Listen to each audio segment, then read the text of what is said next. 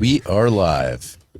Welcome to the Tooele Happy Hour, where if Head Trauma had a podcast, it might sound like this. Mike.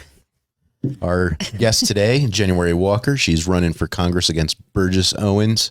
January, how you doing? Hey, I'm amazing. Thank you so much for asking. Now, this is January's second time on here, and I'm Jared. That's Dave, by the way. He already announced us once tonight. But January came on and chatted with us when she first initiated her run, and she's come back to Round chat two. with us again. Yeah, She hung in there to the end. let's have you just kind of lay out kind of your basic spiel, and then we'll go into questions, or if anyone listening has questions. Sure, my basic spiel. So essentially, I think things that are important to know is that I left the major parties because neither of the parties would fully commit to the people-centric platform that I put together based off of doing a listening campaign back in 21 where I knocked over 1,000 doors, and I just took all that information. I said, okay, here is a platform. Will you support it? And both of the parties pretty much told me the same thing, which is, if you run on our ticket, you vote with us. And that never fully sat well with me because... Pull the mic a little bit closer to you. That way we get How does that sound? Perfect. Thank you so much. So that never fully sat right with me because I feel like if people elect you to represent them, then you should be representing their interests and not the party interests. And ultimately, what all of this comes down to is there are solutions that we have today that we can go through and we can implement to eliminate most of the conversations in Washington. So why not just go through, fix the things that need to be fixed, whether it's the national debt or making sure veterans are taken care of, focusing on mental health, fixing our education system. Like there are so many things that we could do. Like, let's just fix it and stop arguing and using these manipulative tactics to get votes. I like that you're stepping away from the parties, because let's face it, you may be a party member, but there may be something with the party that, you wish they would drop or turn away from. And they all seem to kind of run lockstep. And that usually it's on those wedge issues that mean absolutely nothing for the nation, but they become the battleground, which is really kind of an odd place for my thoughts, I think everybody has a few issues with the party that they're associated with that maybe they kind of lean in a different direction. I think it's completely natural that most humans feel that way, because I see good things on the Democrat side and I see good things on the Republican side. And it's hard to walk a line that with a party that you disagree with an issue on. And I'm sure you probably experience a lot of hostility from each party because you don't agree completely with their party topics. Yeah, so there's a lot of issues that I can cover where I can tend to pull people from both sides in.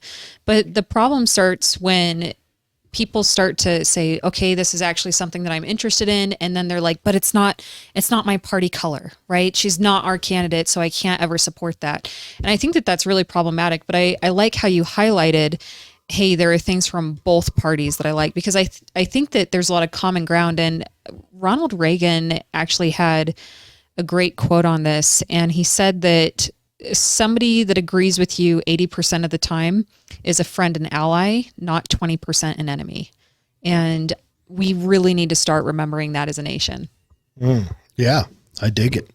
Would you consider yourself a populist, where you went kind of door to door getting the message for the people? That's kind of become a slang dirty word as of late. Has it really? Or, well, it actually has been since, 1880 when it first showed up. But I guess it depends on what's popular, right? A populist is, by definition, someone who runs to represent the voice of the people. So it's a dirty word for the party, not the people. But it's been a dirty word since 1880 when it first showed up in the silverback movement. I didn't know that I was coming here for a history lesson. This is pretty cool. Thank you. I question some of Jared's history once in a while, but it sounds cool. I would question my history. You should. I question all history. I'm by definition a functioning moron. I question the fact that did reality exist before I was born? I mean, did Good it? question. Who knows? Who knows? But I think that we've built up enough repertoire between ourselves that, you know, if you tell me something, I'll trust you. Like trust but verify, I guess, in the end of the day. But yes, I do run to represent the people, and that's really become transparent in the solutions that I'm bringing to the table. Like one of them is an application. So if elected, I'll have an application in which people will be able to say, hey, I like this piece of legislation or I don't like this piece of legislation, and then explain why. And then through using technology like machine learning and AI, it'll essentially aggregate that information for me so I can say, okay, what is the actual heart of the issue here? And is this something that truly represents the people and takes care of them? Or is it just a distraction from the real issues? And I think that by truly being able to give people a voice in government, having that direct democracy, I think that will be game changing for our political landscape. And I think that people across the nation will be demanding this from their own representatives. Changing it. Now, I'm not a fan of democracy, as I've said on this show before, because I don't feel my neighbors should have a say in how I live my life. I like illusionary democracy where I feel like I matter, but I really don't. Well, I just don't feel like my neighbors should have a say in how I live my life. Well, I think how I spend my money, you know. Right. So I think it depends on what the legislation is, right? Is it too heavily authoritarian? I think that that's really what you're saying is, does this trespass on individual rights? And it's a good thing our government never does that. So they've never done that. Ever. Yes. And if you don't believe them, just ask them. And they'll tell just you ask them. They'll tell you. They'll tell you. Yeah, the ATF is a sound mind and body organization. Anyways, but no, I do like that you'll have I do think we need to enter the 21st century. I think we need to stop dragging our feet on it and have a means where right now they say the best way to get a message to your representative is to send them an actual letter but it shouldn't be. But that's not the best way. What is the best way? At this point, I'm not seeing any best way to connect with them. So I've talked with people that work at these offices, and the worst way to contact them is to send them an email or call them. It's terrible. That's why I hear the best way is to send them a physical letter, because it's a physical object that they have to haul out to the dumpster at the end of the night. I say send that's what I've heard. Send chocolate. That's terrible. But that's what I've heard is that's the letter's the best way, because emails can be easily ignored, but a letter actually has weight, even if that weight's minuscule. But it would be nice. I like this idea. If I've got to suffer under a tyrannical regime, it would be nice if I could voice my opposition on somewhere where my opposition will be aggregated and kind of solutions may be found that way. Yeah, I think the first step though is for them to listen and pay attention and actually answer the call or read the letters or whatever it is, because they're not. They have a lot of filters that protect them from the real world. And I think that's the number one thing that I probably do differently from other campaigns is to run it with an extreme level of transparency and communication. And it makes other politicians uncomfortable because they're not used to that. They're used to doing things behind closed doors. There's got to be a level of realisticness that we have to understand as the peasants, because we all want some of that attention. Wait, who are the peasants? Are we the peasants? Until you get elected. I don't know. I think I'll still be a peasant when I get elected because I'll be of the people. But you have be a better peasant. You have one representative representing all these people, and we all want a little bit of that time. That person has to be able to prioritize, to triage. He's got to look at what's going to give me the most value for my time, because the time is the resource, and the resource adds up to the votes. So what satisfies the the majority of his audience is what he has to placate to if he wants to be reelected, if that's what he's worried about. So how does one person give attention to all these issues and all these requests for attention and still have the fight in it to actually get things done in the bureaucracy of our system? I actually have to admire some of our representatives because I can actually talk to some of them. They listen to me and still they get things done, and they're listening to everyone else and trying to figure out who to talk to. And maybe there's some crazy people out there too, maybe, that they are trying to avoid. And there's a balancing act. And I think we all say, oh, why isn't my representative listening to me? Well, maybe we don't have enough representatives to listen to us. And maybe that is one of the reasons. Wasn't that initially in the Constitution? It was one representative for every 20,000 people. What's a constitution? I know. Just archaic old crazy person book. But that I certainly think has changed, right? I it mean, now, has. because now it's, my district has 850,000 people. I know that's a little different. So honestly, and I mean, we do a lot of things archaic. I think we need to do away with Washington, D.C. as a place where representatives meet. I think there's no reason why you can't have the representatives from the state live in that state, be familiar with that state, and maybe meet up at, we'll designate a structure for all the representatives, Utah, to meet up, and then Zoom call with, all the rest of them or something. We can figure out a secure means of communication. Yeah, I think that it's important for people to be as local as they possibly can be. So to solicit that feedback, receive it, understand the heart of the issue, stay as close to the people as possible. And then in terms of passing legislation, you mentioned something.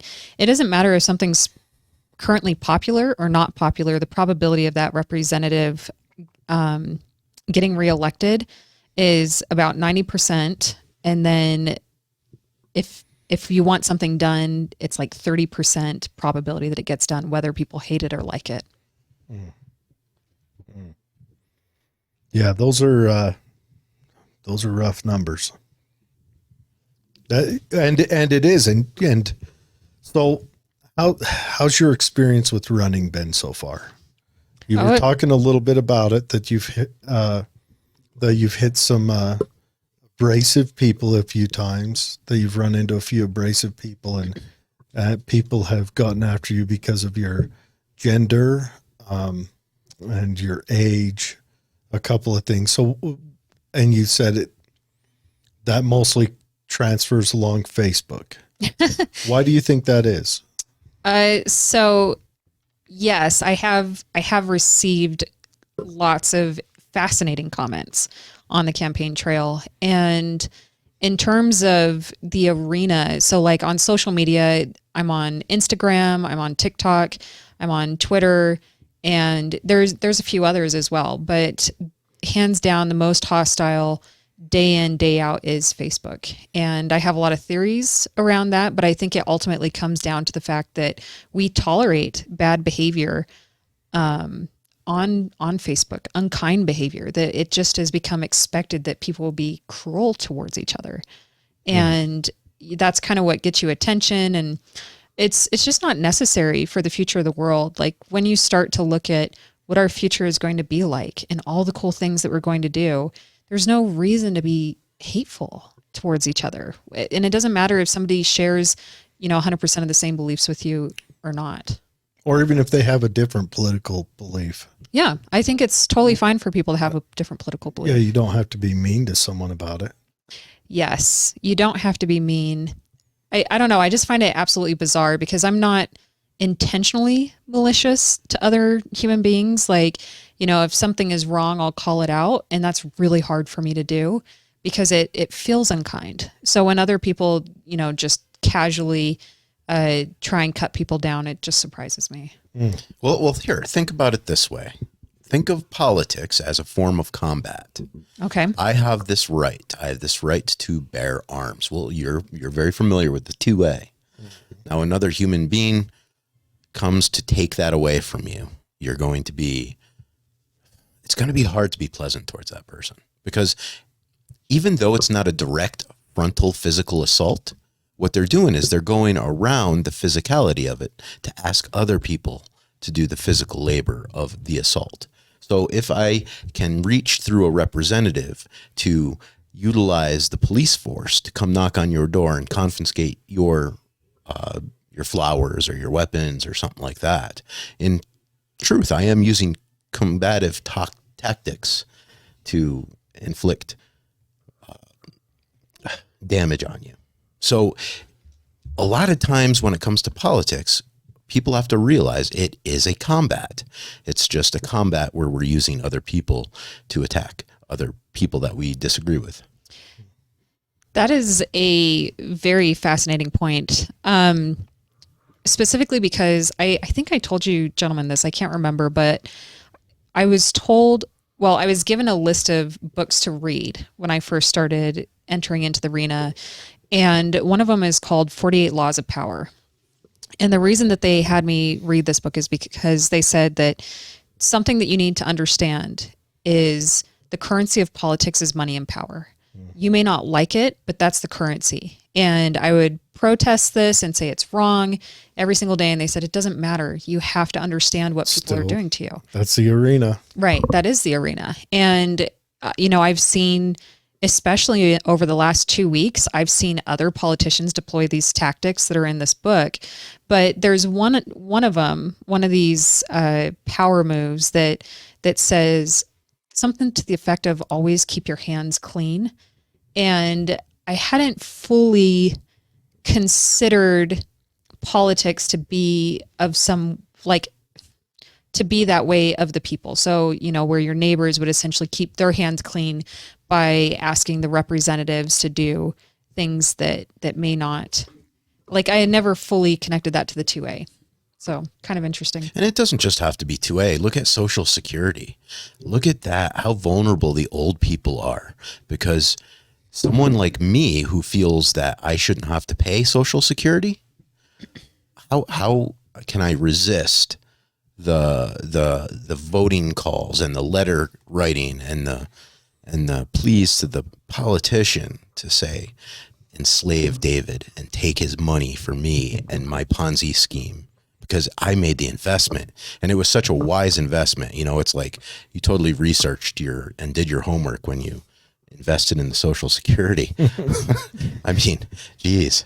But like Social Security, I look at some of these issues that people are going to feel very passionate about, but because literally this is slavery versus freedom, property rights, and this is war.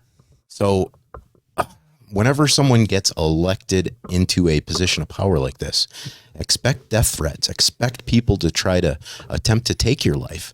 You are in combat. This is war. And that's one thing I always try to tell people when they go for a run at the office. And I'll tell you what, if you don't have your stomach in it, and if you have loose liabilities like, kids or something, this might not be the game for you. Yeah, I think that that's such a tough reality.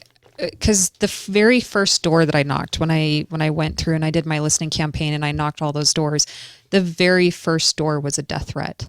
And you're kidding me. No, I'm not. This was really. Yeah, it was essentially like birth through fire for me. And so, and the question, it wasn't. What was the death threat about? Okay, let me ask him. Sure. Were they maybe a family member of your opponent? No. Then why the death threat? See, that I don't get.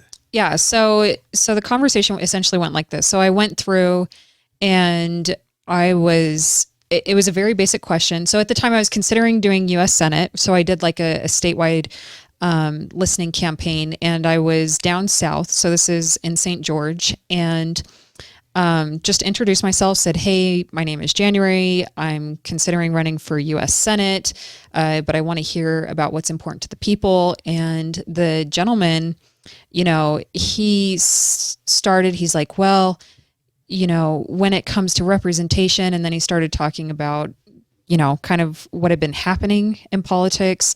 And then within a couple minutes, like a minute, 2 minutes tops, he just started getting red and angry and shaking. And he said, if you don't agree with me 100%, I may as well kill you now. And he started to look around like he was like looking for a gun or a weapon. And I was just like, whoa, like, let's de-escalate this. So I took the time, I de-escalated him like, hey, I'm not going in there to force what I want. I'm going in there to make sure you are represented. And it doesn't matter like what our political differences are. I think it's important to understand what's important to you. And so through having this conversation, I de-escalated him, but he wasn't the only threat that I've had. Like, I mean, we've had people show up at my work to the point where now I hide my workplace from my profile, because as I go through this, I can't have people being put in harm's way. That's a terrible thing. And like you said, the reality is it is violent. I'm very disappointed with what happened towards Nancy Pelosi's husband. It doesn't matter that I don't agree with her on her policies and stuff. The fact that anybody would feel it was appropriate to harm another human being is just disappointing. Like, it doesn't have to be that way. I agree. And yeah. Well, and there's another question. I want to de-escalate this conversation back to the Facebook where, sure. Let's say you make a post and you say, like that post you made when you had the little robot following you around. I thought that was cool. What was it? A camera bot or something? It followed you around. It just holds my stuff for me. Yeah. It's like a purse, and yeah. I thought that was cool. You're just showing technology. You're not saying everyone has to have one or anything. You're just showing forward-thinking technology.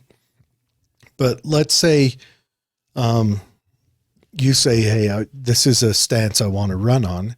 And people come on, and this is mostly a message for listeners, I suppose. Go clip it or whatever. But let's say I disagree with the stance you make. Mm-hmm. Would I have a better chance of changing your mind if I come at you, not violently, but just called you names, versus maybe tried to build a rapport with you and then express to you where I see the truth, or where my opinion lies? Where would I have a better chance, Yeah, I think that always coming from like good intent and mm-hmm. understanding wins way more hearts than just being angry towards somebody else. It always does. And because I don't always have the time to go through these hour-long conversations with one individual. But when people do take that time to have these conversations and to flesh out the issues, I'm always really impressed because that's what's needed. Like, and the other thing is our future will not be angry the way that it is today. Like what you're seeing right now, and of course, this is my personal opinion, the major parties are on death rattle. They've essentially disenfranchised. You need to slow down. This is a family-friendly show. We can't talk pornography on here. Pornography? Yes. What do you mean? The parties we have now are on death rattle. Oh, is that too exciting for us? That I would have to change all the settings. I was starting to blush. We would have to post this to a totally different website for that talk. Well, okay. Well, I'll just take it to this point, which is when I actually dug into the data, and I can't remember if this was before or after we last talked, but when I actually dug into the data, the last 9 years, so this is ages 18 to 27, they out-register the Republicans and the Democrats as unaffiliated, independents, moderates, third party. Like they don't want anything to do with the major parties. I love that. Yeah. Is it like a independent or the United, or sorry, the... I'm just independent. Just unaffiliated independent. Yeah, unaffiliated. Sweet. Yeah. That's what I was before as well. Yeah. Technically, I'm in a totally different thing, but... That's fine. Unaffiliated. Yeah. Nobody fully is representing your beliefs right now. Or they are. That's the understatement of the century right there. But no, I like it. I like the thought of bringing technology in. I think it's one, even if you argue against it, it's unavoidable. I'm a kind of a proponent of blockchain voting. I think that's the future. That's the way to secure the vote to where that becomes a non-argument. Well, now you're singing my tune for sure. So, blockchain technology is amazing. It really is amazing in what it does. And a lot of times people just think of it as like, oh, that's just crypto. But exactly. The financial aspect of it is so tiny. That's the minuscule part of blockchain. Blockchain is like the invention of the combustion engine. Exactly. It can it's be like the applied internet anywhere. Yeah, it's huge. It's huge. And so when you start to look at it and what it brings to the table, and I don't know, did you know that we actually used blockchain voting in Utah County in the 2020 election? It worked. I heard something about it. Yeah. So we used it in 2020. We were the first ones to use it. And this was spearheaded by Amelia Powers Gardner. So she was the county commissioner for this that signed us up for it. And you could just vote from your mobile. Like it was super straightforward. As far as I'm aware, the technology went off without a hitch. The company that did it, Votes, I've been in contact with them and I've talked with them, and they've enhanced it even more to where you have my favorite piece. So this is actually what I do for work, but it's the identity piece, that identity wallet where you control all of your information. The government doesn't control it, so that you can put your voter registration card in there, your driver's license or whatever. Mm-hmm. And with that, you can now link it in. So if we had blockchain voting, you would know 100% that the person casting that ballot was a real person. They were the person, they are the person that owns that identity. There's no question about who cast the ballot. Yeah, the blockchain is just how they record it. Right. So however, and county or states can designate how they want to restrict whether you can or not. Exactly. Whether it's a facial recognition or a registration card or the 16-word key, whatever. Mm-hmm. They can designate how that's gate kept, but it's the way it's recorded. And I love that because it can't be corrupted. It's, right. And maybe governments don't want it because it can't be corrupted. I'm not saying that that our election system is honest or dishonest. Cause honestly, I don't know. And one thing I like about the U.S. is we're disassociated, where each state designates how their election is done. See, I did not know the technology was actually existing and working. I thought it was just a theory and we had to build it still. So now that I know, okay, someone has this, they've developed it, it's out there. I feel like we're watching people die of thirst when there's a bucket of water right over here and we're like pointing at it and it's like, guys, you just got to come drink and you won't die of thirst, because these election conspiracies or realities, whichever they are, I mean, we can't really prove one or the other, are going to destroy our country. Because if we can't have an election system that we trust and believe and can validate, we can't have a country. You can't have a republic at all. Yeah. So it's really interesting that you bring that up, because trust in elections was one of the items that was most brought up on the listening campaign trail, where people were, expressing doubts and concerns. Keep in mind, this is 21. I feel like a lot of those things have been cleared up, but recognizing that there is a way to dissolve any concerns and just build trust in the nation again, that's the crucial bit. That's what's really important. Well, we've had issues with elections going back forever. Well, what was it? 1883, there was the compromise. But Bush against Gore, that was contested, right? And right. then and that was 20 years ago. Yeah. And when Trump got in, that was contested. There was a contested race when Nixon got in to do with Hawaii. So we've had that going on forever. And I think if we cure that to where that's not even a question, that'd be amazing. So blockchain, I'm just, I would love to address this comment though that just came in. we do have those comments, and I do want to take a minute to get to them. Do you want to address it now? Yeah, we can. Oh, yeah. All right. Absolutely. This one's got her crosshairs on. Oh, okay. No, so you'll love this one. I can actually address this for you. So when you look at, first of all, Let's read the comment. Yeah, let's read. We'll, Go ahead. We'll Yeah. go from Adam. First, he says, "Sorry, I'm late to the stream. Has January discussed her recent interaction with the the shit's fake Tribune?" And then he's moving on. You only have to look at Seth Green's Bored Ape NFT theft to see how unsafe blockchain voting would be. Now, I don't know anything about this NFT theft. Does the theft have anything to do with a breach in the blockchain? no. I didn't think it would. Yeah. So essentially what's happening there is that's essentially like social engineering and stealing people's credentials and things like that, which through my proposed method for identity actually wouldn't be on an NFT. I don't really feel comfortable with my information being put on an NFT because that's public. It can be put out. It can be traded. That's not really what we're trying to do here. That's more appropriate for things like tickets to a sporting event, right? Where with what I champion, and this is what I work, like this is what I do in my profession, is identity. So identity wallets where you control all of your information. Nobody else has access to it. And then the way that you access your information inside your wallet is through your biometrics or your behavioral biometrics, whatever is stored in there.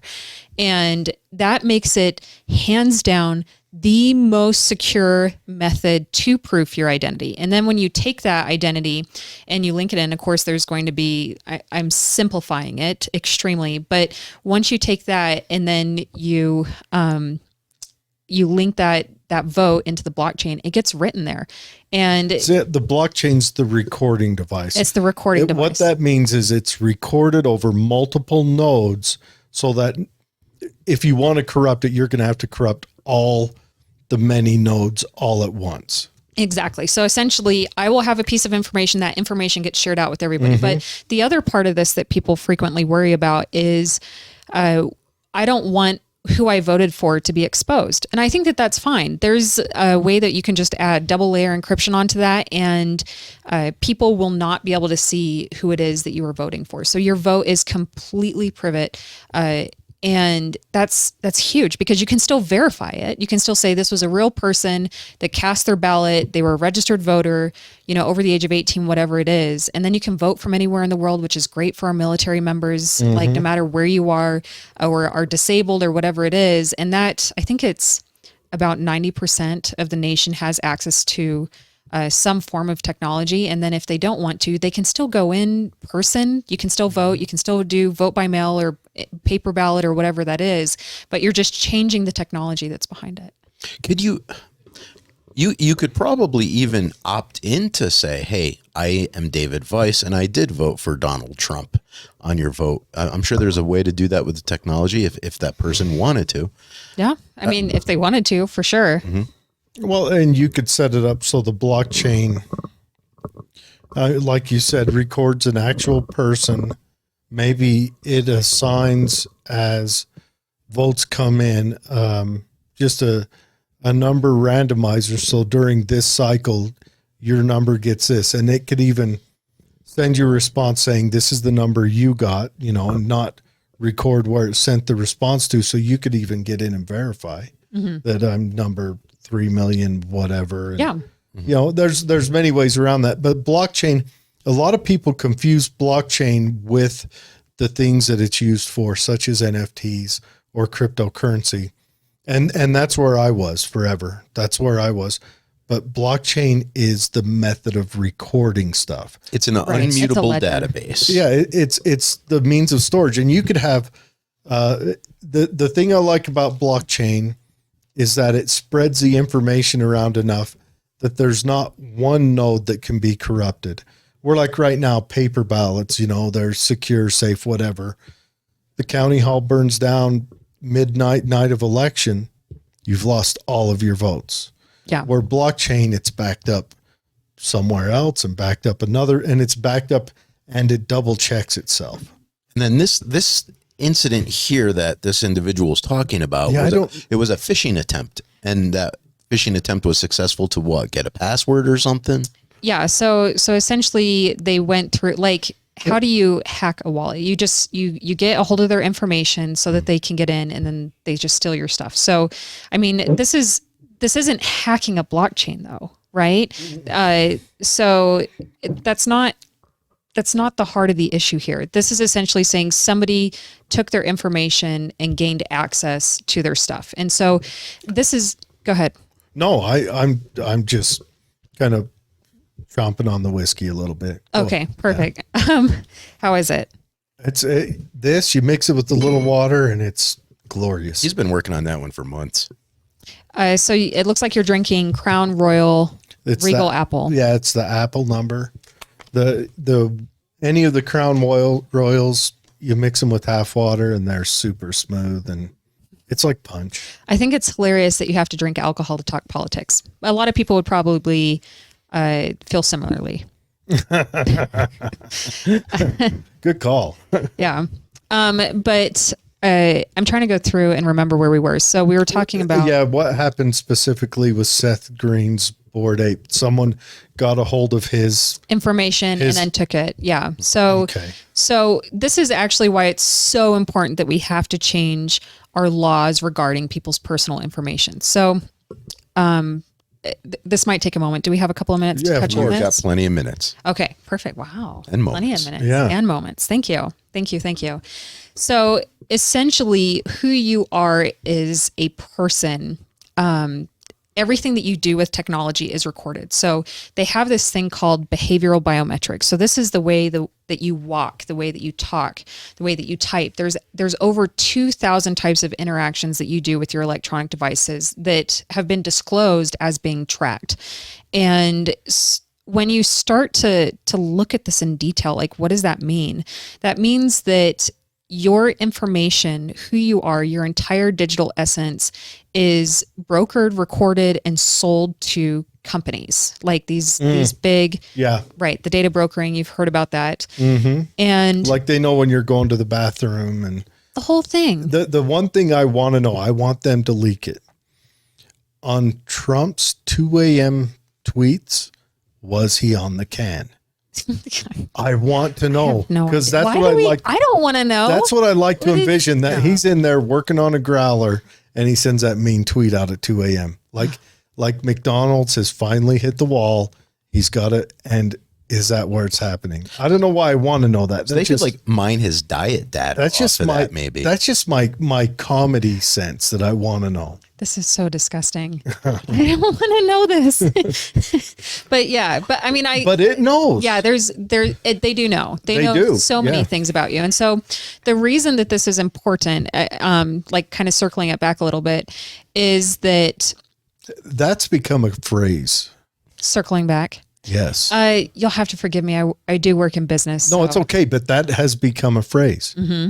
In the last 2 years, that has become. That's because the tech bros have infiltrated our daily lives. It's from Pasaki. Pasaki, yeah. Peppermint Patty. Pasaki, what? Yeah, she said, let's circle back. That was her common thing. They made memes about it. That has become a phrase that everyone uses. I'm just making a note on how American vernacular is born. I am fascinated. I'm going to have to look this up after our conversation, because I think the first time that I heard this was back in 2013, 2014, because it was definitely used in the business world or the technology world. When the meeting was off track, you go through and you say, okay, let's circle back. Let's circle back. We don't need to talk about Trump dropping a deuce while he tweets. I get it. Yes, exactly. But I want to know. I'm sorry. Maybe one day. Maybe he'll, listen to this podcast, listen to you, and he'll answer that question for us without us having to go through his data. So anyways, maybe Zuck's like, I'm going to go through it. Gross. Publish it. Gross. I don't know. This just doesn't sound. I'm a very visual person. Let's circle back. His heartbeat and the alcohol has entered the conversation. We could tell that he was, texting with his elbows on his knees. I would say affirmative. Come on, Zuck. Don't let me down. All right. But circle back. I am sorry. These are hard things to recover from. But no, we're talking about the value of blockchain. Yeah. So this is where it starts to become really important, is because you have all of this information that's out there on you, and I can't even trace my information down. But we know that companies like MasterCard are purchasing it up. They bought like over 100 million records on people or something like that.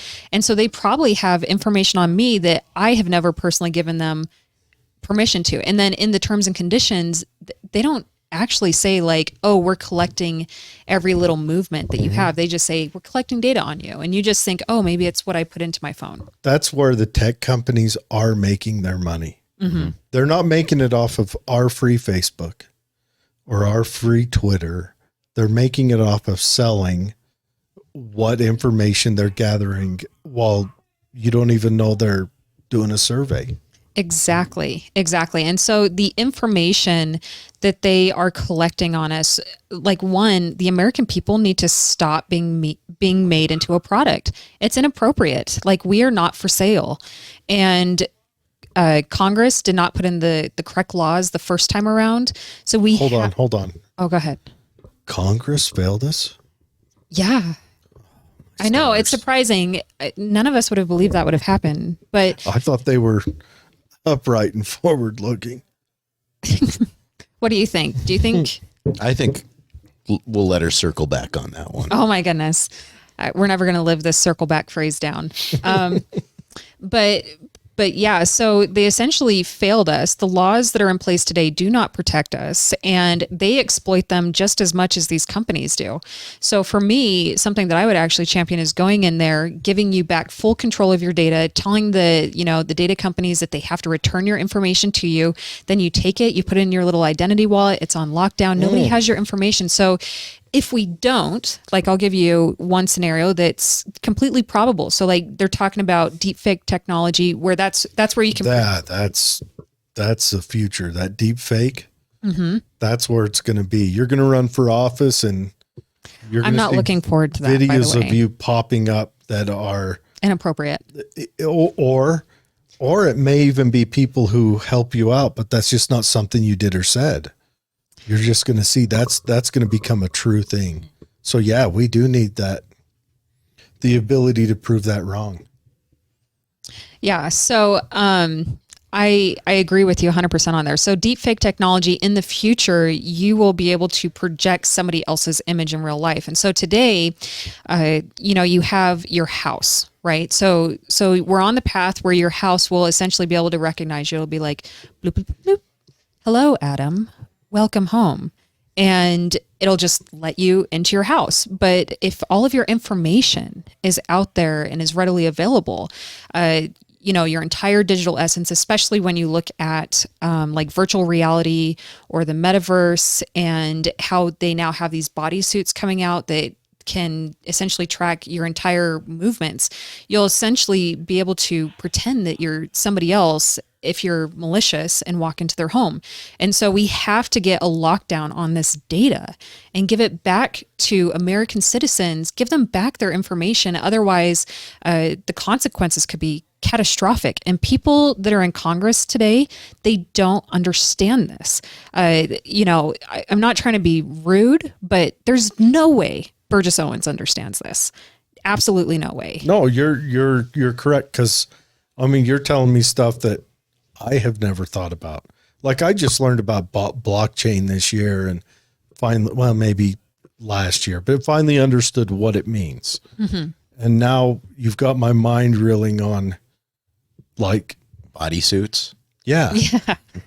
Like, they'll be able to imitate you to where, you'll want to make a secondary thing and be the only person on your block that knows what a brass key is. Yeah, exactly. And I think that that digital identity, that digital essence is the most crucial piece, because that transcends even the seed phrases, right? And the seed phrases are essentially what you can do to access your wallet, but it's going to transcend even that. So when we start to look at the applications of identity, so if you go into your workplace will just automatically know that it's you. They won't even have to go through or have a badge or anything. They'll just be like, oh, Well, how many places right now do you have to log on with your biometrics off your fingerprint or your thumbprint? yeah, there's quite a few places. If you're in the military and you're going to access the military system from home, well, in the Army, most people have to have a thumbprint thing that they buy for their personal computer. Exactly. And so it's so crucial that we take this back, because with the way the internet is right now, there's no way to get that information back, not easily. And so that's where advocating for the next generation of technology, and it's here. There's no resisting it. There's no saying, hey, this sucks. It doesn't matter what people's opinions are. Well, I don't know. It's being adopted. Ukraine might pop off a nuclear war or nuclear bombs over that. And then we'll have to learn to start fire with bow drills again. I certainly hope that the leaders of the world will be smart about what it is that they're about to do, because it's not too late. First time in history, you can do it. It's not too late. Just one time in history. Make us proud. Okay, so I'll say something controversial. Yeah. A little controversial, even for me. It's spicy. When we look at a lot of these leaders, they grew up in cultures that were not centered around communication.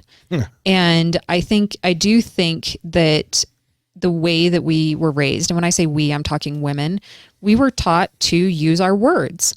And I do think that if we had more women in leadership, we would not be in war right now. So what you're saying is the 19th Amendment is the saving grace. Absolutely. All right. Good. All right. Let me ask you this. Should women step down from leadership positions during that time of the month? No, absolutely not. But I will make it. Because we have proven that men have cycles just as much as women do. Men actually have more extreme cycles and at faster paces. Easy. This is science. Tiger. This is science. Since we brought it up. Hey, this is a masculine show. All right. No, I just want to Here throw you out. I thought it was being clever. Yeah, very I clever. just want to throw out there, when Reagan was president and him and Khrushchev were getting together and negotiating the kind of disarmament deal that came out of that. Mm-hmm.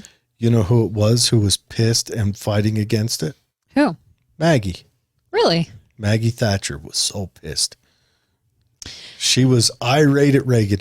It was Margaret Thatcher and whoever was in charge of, was it France at the time? No, it wasn't France. Another one of the whatever cabal of great people in history. But Reagan was anti-war and Khrushchev was anti-war. So they had to do a runaround on Margaret to get that passed.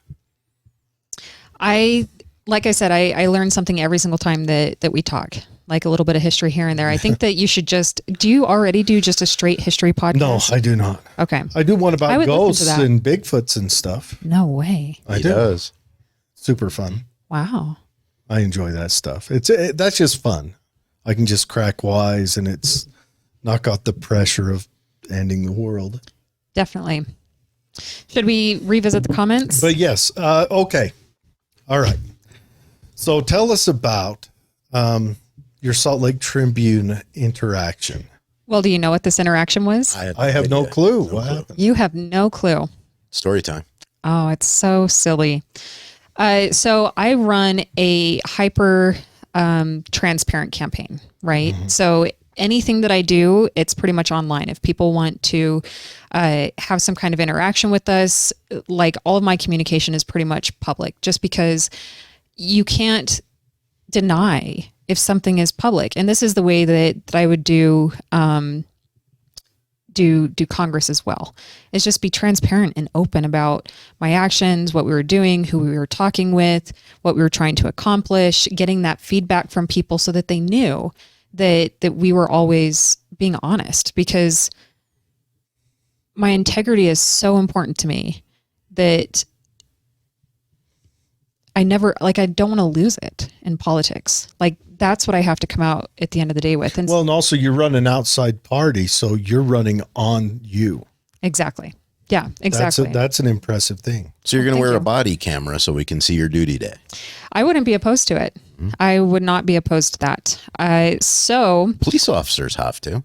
yeah, why not? Why not Congress? Might make people a little uncomfortable. Well, hey, if you get Well, in there, as long as it's not national security matters, right? Like, what I I think that would there's like, reasons. here's all I want. I don't care if Congress people have a body camera or a camera in their office. I want every vote. You must be present to register a vote, and it must be an actual vote. I want to watch how long it takes them to and read the regs. A vote can't be passed unless we have, say, a quorum. So we can't have no more of this. Well, 6 of us are here, so yeah, we pass it. Like let's say January. Yeah, gets people a should show up to work. page. Yeah. You get a 600-page bill, right? I want to actually watch how fast you read through every page. Oh, so I do read pretty quick. Yeah. Also, it'd be cool if you invented AI that you just flip it in and not just it read it to you, but it was able to kind of break it down to, digestible stuff. Yeah, I think that would definitely be interesting. So what I've been looking at doing is just going through the legislation that's being proposed, on my own personal TikTok or Facebook or whatever, just so that people could understand what it is that we were taking them through. But technology could always be faster. Anyways, so I'm very, very, very transparent with what I do. And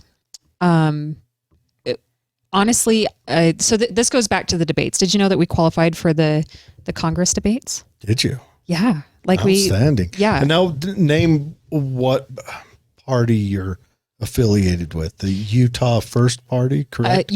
So this is the United Utah Party. United Utah Right. Party. And that's essentially people from all over the political spectrum that really focus on people-centric candidates. So this could be constitutionalists, Republicans, Democrats, Libertarians, Green Party, the unaffiliated, the independent, whatever it is, just people that want candidates that put the people head of their own needs. Now, does your party give you any campaign support?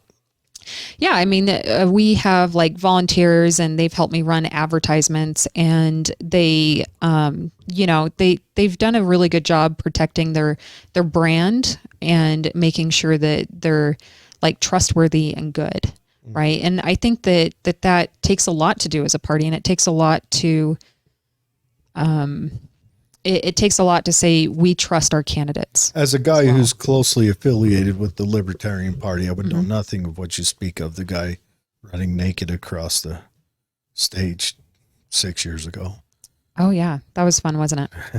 I actually really like the Senate Libertarian candidate, the U.S. Senate one, James. James is an outstanding He's so dude. nice. He's so really nice. is. He's smart. We do align on things like being pacifists and not being, pro-war, and really being for the people and helping with. Anyway, so there's a lot of things that we align with, and he's done a remarkable job. So back to the story, right? Because it's now been brought up a couple of times in the comments here. So essentially, I qualified for the debates, and you have to pull 10%, which is really, really high to qualify for that. And I didn't think we were going to do it. So I said, forget it. I'm going to get on as many stages as I can. So I went through, and I had like 7 events in 10 days across 4 states where we actually got stage time, and we could talk about the solutions, things that we're talking about here, explaining to people what it is, this vision that we're trying to accomplish. And then we got news that we actually made the debates, and it's like, okay, hey, that's great. There was a 4% margin of error. So it could have been, essentially, so I think we came in at like 6.15. So it could have been anywhere between that and 10%. Which is, for a no-name candidate on a no-name party, first time, I mean, pretty dang good. Pretty good. So this whole social media, contacting people, being visible, really putting rubber to the road has been beneficial, and just talking about whatever it is that I think is important instead of doing traditional politics. So we made the debates, and Burgess Owens opted not to show up. Did you see what I did with his absence? I did not. I didn't see the debate. Oh man, this is a bummer. Okay, so yeah, it is. I watched the debate. I did. I saw your debate. did you watch the media thing afterwards? No, Okay. just the debate. Well, we tried to bring a sack of potatoes to represent Representative Owens. Kind of like what Clint Eastwood did with the chair No, what did Clint Eastwood do with the chair? at the, what was it, the 2014 Oh, Republican, or was it the, he was pretending to talk to Obama. yeah, but he had Obama in the some chair. speech. You have to look it up. I will look it up. It was a great monologue. Was it accurate and applicable? I don't know, but it was a comical moment. Yeah. And no- it was delivered by Eastwood with this. He had just gotten into the crazy hair phase, so it was exciting. Awesome. So we actually brought multiple bags of these potatoes, and the only thing that my team was instructed to do was, no matter the cost, get the potatoes up there. And we just could not pull it off to have it land on national TV, because that's what I really wanted people to see, is to understand the gravity of a representative, somebody that's supposed to represent you, somebody that's supposed to talk to you, not showing up and snubbing debates, not once, not twice. It was like 3 times. He didn't do the Republican ones. He snubbed the Republican Party in Utah, and they just took it. It's like, oh, that's lame, but oh well, he's our candidate. And it's like, no, that's wrong. Did he have a primary challenger in the Republican Party? Yeah, so Jake Hunsaker was his primary challenger, and Jake is a very articulate man. So, so he had Jake, and he just didn't show up, and he's not showing up. And this is my biggest gripe about Mr. Owens is, and I'm trying not to be like too political or too disappointed in my opposition, but he represents me. I'm the only person that actually lives in that district that's running, and he doesn't show up. He doesn't put forth legislation that represents us. Prior to the last few months, he only had 8 pieces of legislation. Marjorie Taylor Greene, she did 27 in her freshman year run. Yeah, and he only did 8. Well, maybe he's afraid because Marjorie Taylor Greene gets all the hate.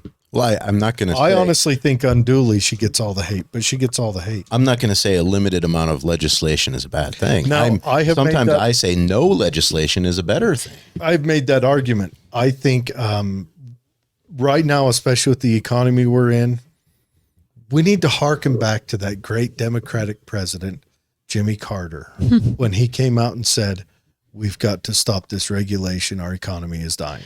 So yes, regulation can be harmful, right? I would argue it's harmful for our progress into this technological future, where all we've given, this regulation has made it so that the technological advancements are given to the companies who already have the lawyers and the stamps and everything else to get through it.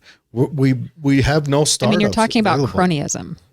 Well, that's what our economy is. Regulation from the Democrats is a means to put power in the government, and from the Republicans is a means to empower their friends. And that's it's all disappointing. That's It's all all we're disappointing. So why do people who color someone's hair have to get a license and a permit? Oh, that's such a broad topic. I could talk about that one for quite some time. Maybe we do a follow-up episode. Why do you have to bring this into a gender thing, a broad topic? Why? It's a bad joke. Okay. It was an awful joke. Hold on. So let me take you through this since you brought it up. There is value in regulation. There is value. It doesn't need to be over. So keep in mind, I'm a political centrist. I'm smack dab at the center. I'm not authoritarian. I'm not libertarian. I'm not Republican. I'm not Democrat.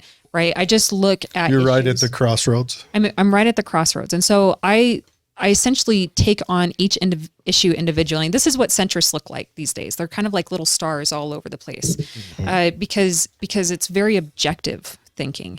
And when we look at regulation, they're like your personal information having control of that, that's good regulation. Yeah. That could happen. The stuff with water, being able to actually solve the water crisis would be good regulation. Yeah. Our air quality, that could be good regulation. There's so many things that would be crucial and important, but we're not making regulation around those things. And so I agree with you that it's kind of a waste of our time to have regulators if they're not focusing on this. But with Mr. Owens, he has the power today to make a difference, and he's done zero. And then within the last few months, he's essentially campaigning on regulation that he's proposing that doesn't go anywhere and doesn't have any support. Do you think that he's, and I hope no one takes this the wrong way, but do you think that he's running and the Republican Party is supporting him just because of the name recognition around Utah? I fully believe that not Donald Trump, that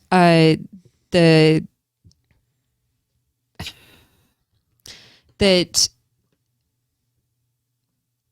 Burgess Owens was placed here in Utah. I fully believe that. I fully believe Like that he was selected. He was hand selected, by name recognition, because you can get him in on his name and his record living here in Utah or going to college here in Utah, and you can fill a slot just to strengthen the party. Right. And here's the other half of this, right? So this is not confirmed. This is my personal opinion, my personal beliefs, but I think that Owens is essentially an abused elder at this point. We wouldn't know anything about that in this nation. Right. We wouldn't know anything about that in this nation, but there's nothing else that makes sense, because he doesn't talk to people. He's always protected. He's always controlled. His legislation doesn't add up. He doesn't communicate with constituents. If he is communicating with constituents, they block questions to him. It's very bizarre. So I'm pretty sure that they selected him because he could be easily controlled. And that's my own personal opinion. Oh, so it's not just because of the name recognition. It's because he's a suit that they can also fill. Right. So if anybody says, and this actually ties into the Tribune article. Yeah, let's get to that. So they're essentially like, she believes conspiracies. Like, I'm pretty sure that we can all see that he is no longer mentally there. He's fully claimed to have CTE. So that's essentially where your brain turns to mush. Traumatic brain injury. Right. And then he also has a 70-year-old brain, which we also know is not as pliable as a 30-year-old brain. Like this is not controversial. We have data, we have information, we have studies on this. So I think that he's no longer fully there. And that's when people talk about that stuff, that's what they're referring to. So with all of this, he didn't show up at the debates. He invited Darlene McDonald out to the debates, but he didn't invite me, even though I was part of the people that, like, I was going to debate against him. And I can run circles around Burgess Owens. I've heard him talk, I've talked to him. There's no question in my mind that I could run circles around him. And the Republicans have absolutely zero threat from Democrats at this point. They only have 9% of the voter registrations. It doesn't matter how you cut those numbers with the way that people are voting and everything, because I've looked through this data in detail. There's no way to slice a Democratic win, whether I'm in this race or not. Mm-hmm. And so he essentially is like controlling the debates, controlling who he talks to, controlling the competition, and not giving any oxygen whatsoever to the group that actually could threaten him, which is that moderate, unaffiliated, independent vote and voice. So he excluded us from that. And then he claimed that it was because of the Salt Lake Tribune baloney. Like, it wasn't because of the Salt Lake Tribune and their little cartoon that they made making fun of you. And it had everything to do with, like, truly not being fit to have conversations that you can't predict. Well, they let John Fetterman talk. I don't know. But maybe he's controlled by different people. Like, his puppeteers are different. Oh, well, honestly, I think both of the major parties do have multiple suits that they fill. Let's not to disparage the Pelosi's, who's just gone through some stuff. And I'll say it right now, I think Nancy Pelosi is a very savvy political actor, just to watch the way she moves and wrestles her party, especially, in line. But I do think that she is also, I want to call that out, what you just said there. So you said the way that she keeps her party in line, that is exactly what we're talking about when we say at the end of the day, you vote with the party. Campaign on whatever you want, but at the end of the day, you vote with the party. Right. So AOC is a whip dog Republicans do now. it. AOC spent 2 years bucking the Democrat Party. She is a whip dog now. Right now, if they said, this is our party platform, she's whipped into shape now. And the same thing on the Republican side. Now, they haven't got Marjorie Taylor Greene or Massey yet. Let me throw this out there, though. Burgess Owens went to the border. He went to the Darien. He went to the what do you call it? Darien Strait. Yeah, this is directly related to the cartoon that was written. Well, he went down there and he won a lot of support from a lot of the right wing the votes.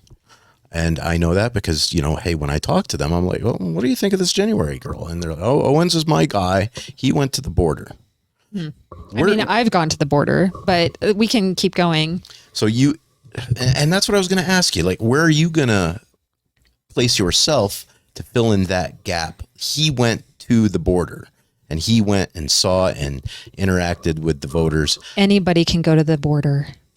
It's not like some issue. Unique. I mean, it's not unique, but it is a priority to him. Given. Whether he parrots it or not, he did. So anybody can go to the border. That's not fantastic. That's not phenomenal. That's not anything amazing. That's a photo op. Mm-hmm. That's essentially a photo op. That's not getting legislation done. And he didn't do any legislation on that would have been meaningful. Right. And if he claims to have, the at most he would have put his name saying, yeah, I could put my support on this, which is essentially you putting your name on somebody else's work. Right. He's not actually doing anything for us. And when it comes to immigration, it comes back to this identity aspect. There's too much bureaucracy surrounding our immigration to actually make it effective. And it's costly and it's painful and it's wrong the way that we're doing it. It needs complete operational overhaul on it. And so that's stuff that I am currently working on with people that are elected to essentially go through and map out this entire process of immigration to say, okay, where are the bottlenecks and what legislation can be proposed? Whether I win or lose, it doesn't matter. Like, my solutions will get into government and they will help the people. And that's a skill set that Mr. Owens does not have. So when we look at debating, right? So he refuses to debate. He's picking his competition. And so I essentially get loud about it because the media isn't covering it. The newspapers aren't covering it. They don't care if everybody is represented on that stage that should have been or not. They just don't care. And people noticed. People from Utah noticed. People from around the nation noticed. There's a group that closely aligns with the United Utah Party called the Forward Party. So that's with Andrew Yang. So they noticed because, that's an injustice. And I even had friends that are very, very, very far left individuals that would not have supported me at all.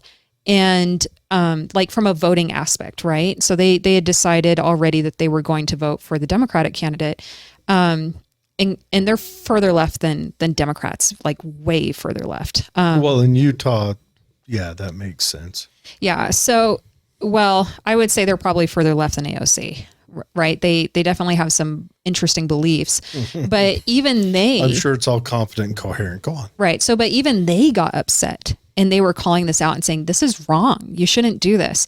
And it got so loud that essentially the Democratic Party claimed that we were going to incite violence. Like, oh my goodness, please. Like, why are you we like memes. So the Democrat Party came after you? Yeah. Yeah, absolutely. So the Republicans have been silent. The Democrats came after us. Well, the Republicans feel safe.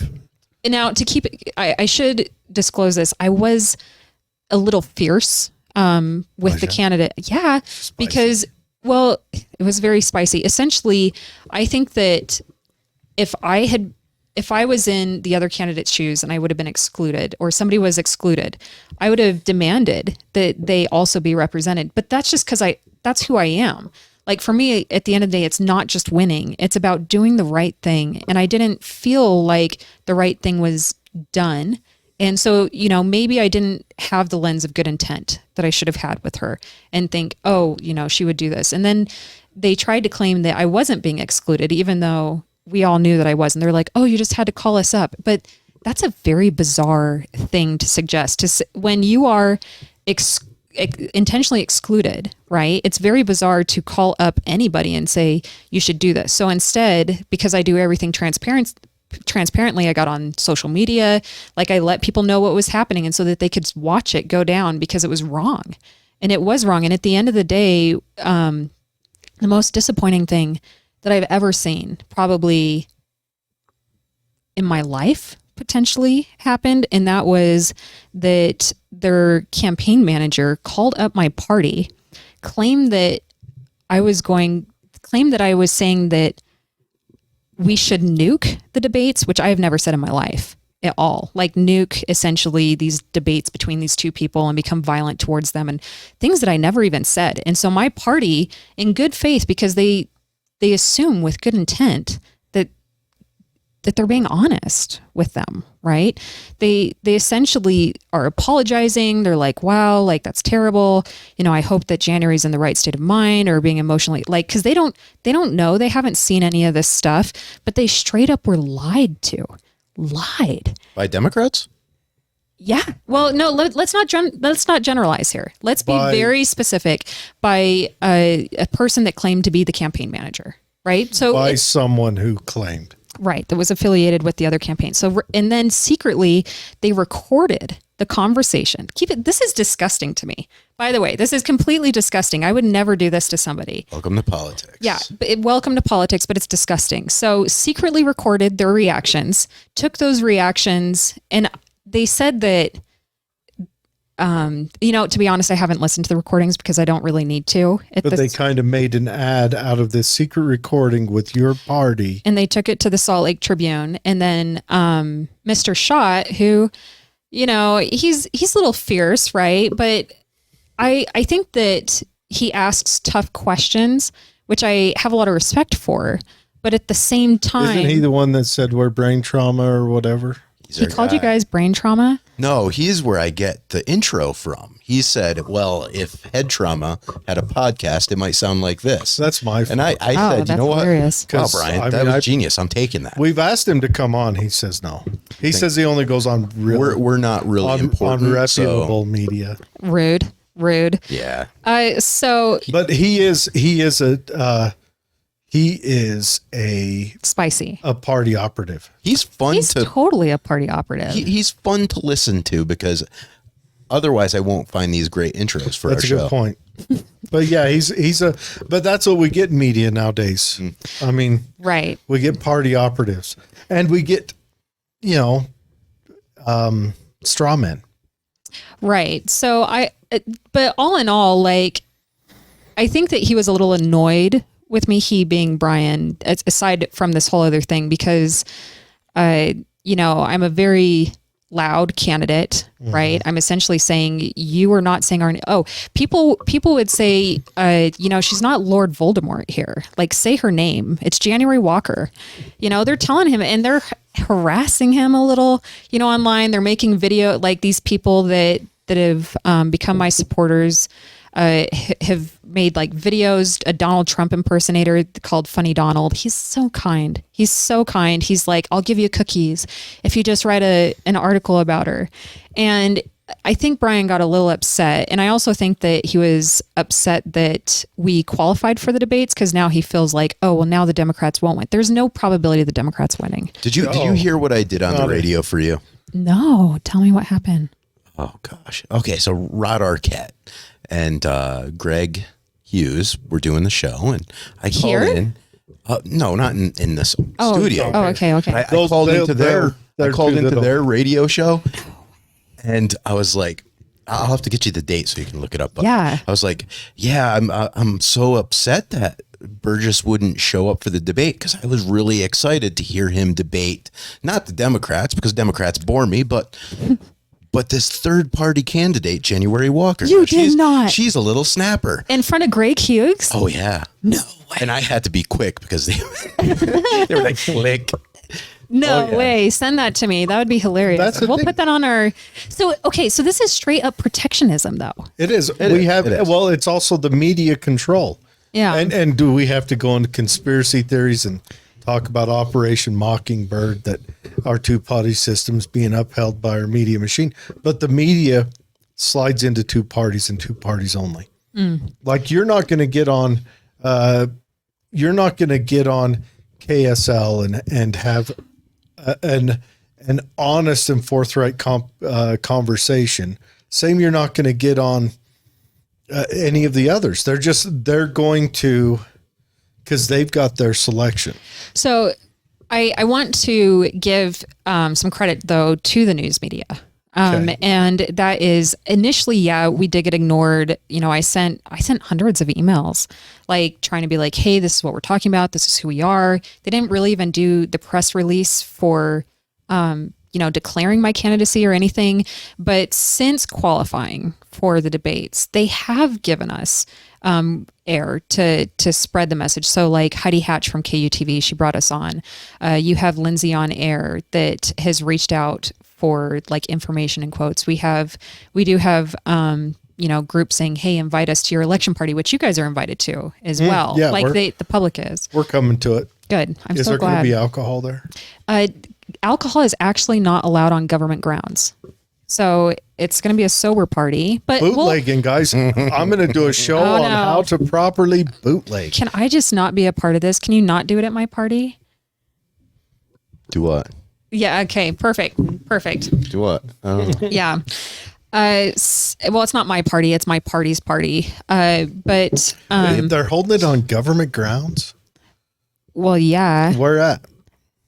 at the Capitol, at the Rotunda. Dave just told me there's something going on. I didn't know. I thought it was like a frat party or something. Oh, it will be. Yellow shots and Oh, it Right. will be. We'll bring non-alcoholic Jello shots for you. yeah. No. I'll ask the caterer to do that. Kool-Aid. Kool-Aid. Yeah. Anyways, so the and I think that this is what it took though at first was it took effort to rally people around the cause, to essentially build a base that understood what I was talking about, and then to bring that in and back to Utah. And since we've done that, the media has done a much better job at covering us. But with Mr. Schott, I think he was angry. So he writes this slander article based off of this false information. Like he can say it's true. I stand by my story. Okay. Brian, you do you. But at the end of the day, you were told the circumstances under which those recordings were obtained, and that it was obtained under false information and responses to false information. And you can also, if you go back in the end, I think somebody was pushing this individual to release the recording. So they did, but they were chopped up. Like if you click on it, you can see that it's entered in mid conversation. He's like, I didn't make any adjustments to that conversation. I'm like, come on. We know, we can see it. We know that this is false. So what you're saying is Brian does not have integrity. Ooh, those are fierce words. He's a party operative. I think that Brian chased a good story, and I had also indicated, because nobody was listening, we tried calling the Burgess Owens campaign, and because they said, well, if you just call us and talk to us, you can get in. Nobody's excluding you. That was baloney. That was a lie, and we called their bluff on it. And when it came down to, sorry, so when it came down to contacting the Burgess Owens campaign, the individual picked up and the party chair introduced herself and they said, oh no. And then they clicked and they hung up.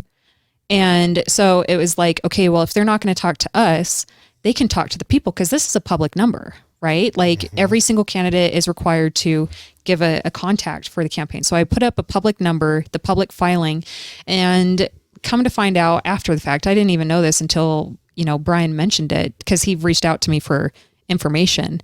But come to find out, the individual that had that phone number was no longer associated with the Burgess Owens campaign. And which I was under the impression that that's not allowed, right? You're supposed to have a contact. And anyways, so I felt bad for the man, because we wouldn't have had people call him. We wanted them to call the Burgess Owens campaign and get loud, which other people have done. So Brian tried to make this out into some weird thing where I was getting in trouble with the lawsuit and that the parties were saying I was a racist and that, gosh, like all the so classic things, violent, racist lawsuits. Yeah. And so, Well, they couldn't call you a sexist because you're not a dude. So, well, I mean, I think that sexism style. goes multiple ways. remember, Democrat Party operative. Well, Just leave it at that. so The Democrats can't view a female as a sexist. I think Brian's actually a communist. you think so? Didn't- I honestly don't know. Didn't I say Democrat Party operative? I don't know where this got lost. Oh, I'm sorry. Anyways, but Yeah. no, that is, Well, for a candidate that's not a threat, right? Not a threat. do you Why think, why would they get mad? And you're Here's- just getting a small taste of this January. here's Yeah. the, here's Just the saying. question. Do you think that let's say they're not looking at her winning this go round. The They're- Democrats? Yeah. They're looking at her getting a point spread that'll draw more money into the Democrat Party for 2 years from now. And they're afraid that you're going to pill off some of that point spread. I mean, I'll be honest, you've got a tough fight ahead of you, but no matter what, I would like to see you even if you don't win, I'd like to see you put pressure on the office to become a functioning office, to actually put things forward that work for the state. Yeah. So regardless of whether or not I get elected, these solutions, we are going to be advocating for them.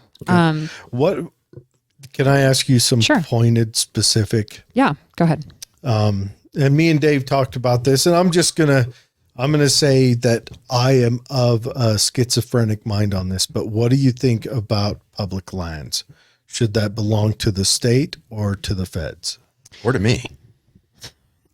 So on this one, I probably have a lot of similar feelings. I think for the majority of the time, it should belong to the state, but I think that there are certain protections and money that comes along with it belonging to the Fed.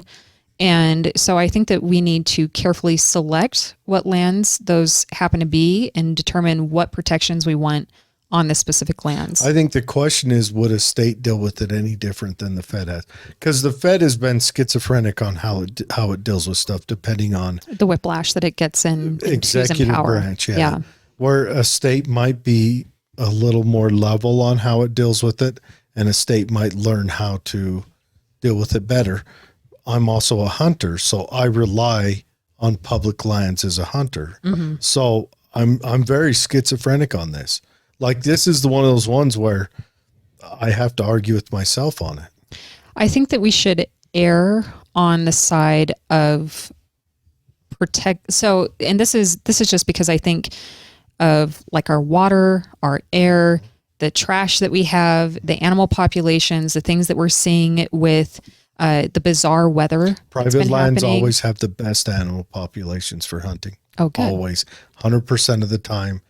I think Private that's good for me to know. private is always better. You know, there was a train built at the same time they built the what was it, the Central Pacific, and it was built on the same distance, kicked off on the same day, but it was in Washington, I think, between Idaho and Washington. We're talking 1800s, but even back then, private was always better and more efficient. It was done like at 100th the price, same distance. They actually measure it by linear foot, but whatever. And it was done so much faster because private. All right. Just between you, you said you want to know something. Yeah, let's hear it. All right. There's 4 means of buying stuff, right? 4. Okay. So you've got drunk Jared talking. All right. I was about to say, did the alcohol just sink in? Is that You need what's a water? happening here? Always. I've got a water. Are you sure you want I've some of got mine? water in that. Anyways, so you've got the government means. Or let's go with the user means. Me, I'm a handyman. I buy a tool, I'm the one who's going to use the tool. So I have to pay the price for the tool, and I have to use it. So I have to get the measurement of value for price. I have to hit that mark. And then you've got the corporate model where someone else buys it, someone else has to use it. So they always range in on getting the cheapest deal for whatever they get because they don't have to use it. It could be junk. As long as they tick that mark, hey, I purchased them that hammer. And then you've got the government side or the personal side of it where you're buying it because you love it, whatever. So price is not an issue. So you'll buy the most expensive thing, maybe just say you bought it. And then you've got the government, which is the worst of all standards because they're spending someone else's money. So price doesn't matter. And there's someone else is using it, so value doesn't matter. Well, they're spending future generations' money. It's not just somebody else's money. Yeah. There's a complete disconnect between who actually pays the bills. They quit spending our money, well, before I was born, and then they started in on yours, even while they were still spending mine. But so government is notoriously bad at money management. You know, it's easy to spend other people's money for things that you'll never have to bargain with. Right. But that's where's we at? Drunk mind coming in. So we were talking about lands and stuff. So so the lands, I mean, could a state maybe, it depends on who's in power. Would a state deal with it better? Would a state maybe be able to alleviate some of the issues surrounding the state? Like the big test would be to see the revenue that the eastern coast has available to it versus the western coast, because it was 73 when the Fed took over all public lands, when the feds took it over. It's been a while, but not that long. So back east, 73, 50. Yeah. That's essentially 50 years ago. Sure. And this nation's been around for 250 years. So a quarter of the term of our nation. Yeah. And that's when they took it over. So we look at back east, how well does their management of lands do compared to us handing our sovereignty over to the federal government versus states that still retain their own public lands? Because back east, it really didn't apply because it was already occupied and owned. Yeah, but Jared, you got to also configure your thought process towards the different terrains. I think that's the heavy variable. Is our terrain is a lot different than back east. Well, and also it wasn't populated as much back then. That's why they took it over here. It was all a deal to get us off the gold standard. We had to have something to leverage. I think ultimately what it's coming down to is that we should take it on a case by case scenario. We shouldn't make blanketed statements around any use of land or anything like that, because we don't want to trespass and we want to be cautious around what we're doing. So would you retain it to the feds, and then as a congressperson, you would go in and argue particular plots and instances? Yeah, I think like I said, it would have to be very specific to that case. I would have to have a lot of information behind it before making those decisions. And to be honest, like my focus is more around eliminating the national debt, around solving the water crisis, around creating that people-centric government. So, I wouldn't say that going in and doing federal lands is like my top Can priority. I make a small argument on that? You don't like water? No, you don't like a small argument on. You don't like paying off the national debt. What's this argument? Actually, I think we could definitely pay off the national debt quicker if we take it out of the nation and put it on the states. I honestly don't. I think as the 10th line on that little piece of paper delegates. Oh, I see. Well, but I want to. That's going back and trying to change a lot of policies. Let me make this argument. So, states are held responsible for their locality. Mm-hmm. And like we had with when Biden came in, on day one, a lot of laws were enacted that changes a lot of our energy policy through the nation. Right. Right or wrong, not arguing that, but that's schizophrenic. I mean, it's whiplash. It's whiplash, and it doesn't help. It's schizophrenic. And this is why the two-party system is bad. In 2 more years, it's going to revert back. I don't know what's going to happen in 2 years. Let's just play the game. Are whatever. we betting Bitcoin? But that'd be follow nice. me through on this. Whereas someone in California doesn't mind voting for someone who argues to make a change that's going to negatively react to, say, Wyoming. I mean, why? Whereas if you put it in the state hands, the people who have to deal with it are the ones that have ultimate control. So this comes back to treading carefully, right? Like, we don't need people that are heavy-handed. We don't need more authoritarians in government on either side, right? Sure. Because that's essentially what's happening right now. Congressperson's not going to change that when we have a schizophrenic national government. I mean, I disagree. And the reason that I disagree is because if people stopped playing this major party game, if they stop buying into this strategy that's been constructed on both sides, essentially it's a data game. Who can we, what can we say to get these people to vote for our side? If we stop doing that, then we wouldn't have the pendulum swinging. It wouldn't be so extreme. It wouldn't be exhausting like it is today. And it's not necessary. Like, stop playing the game. It's terrible. That's the nature of party systems. Especially we don't when you need get a it. new means of communication come out. So A new means of communication is invented. There's always a civil war every time. yeah, I mean, I think it's time for us to be better. And the next generation, the younger generation, isn't buying it. The millennials don't buy it. You can see it in their voter participation. Gen Sure. Z doesn't buy it. You can see it in their voter participation. You can see it with the number of people that are leaving the major parties in droves. You can see it in the number of people saying we need more options on the ballot. Nobody's buying it anymore.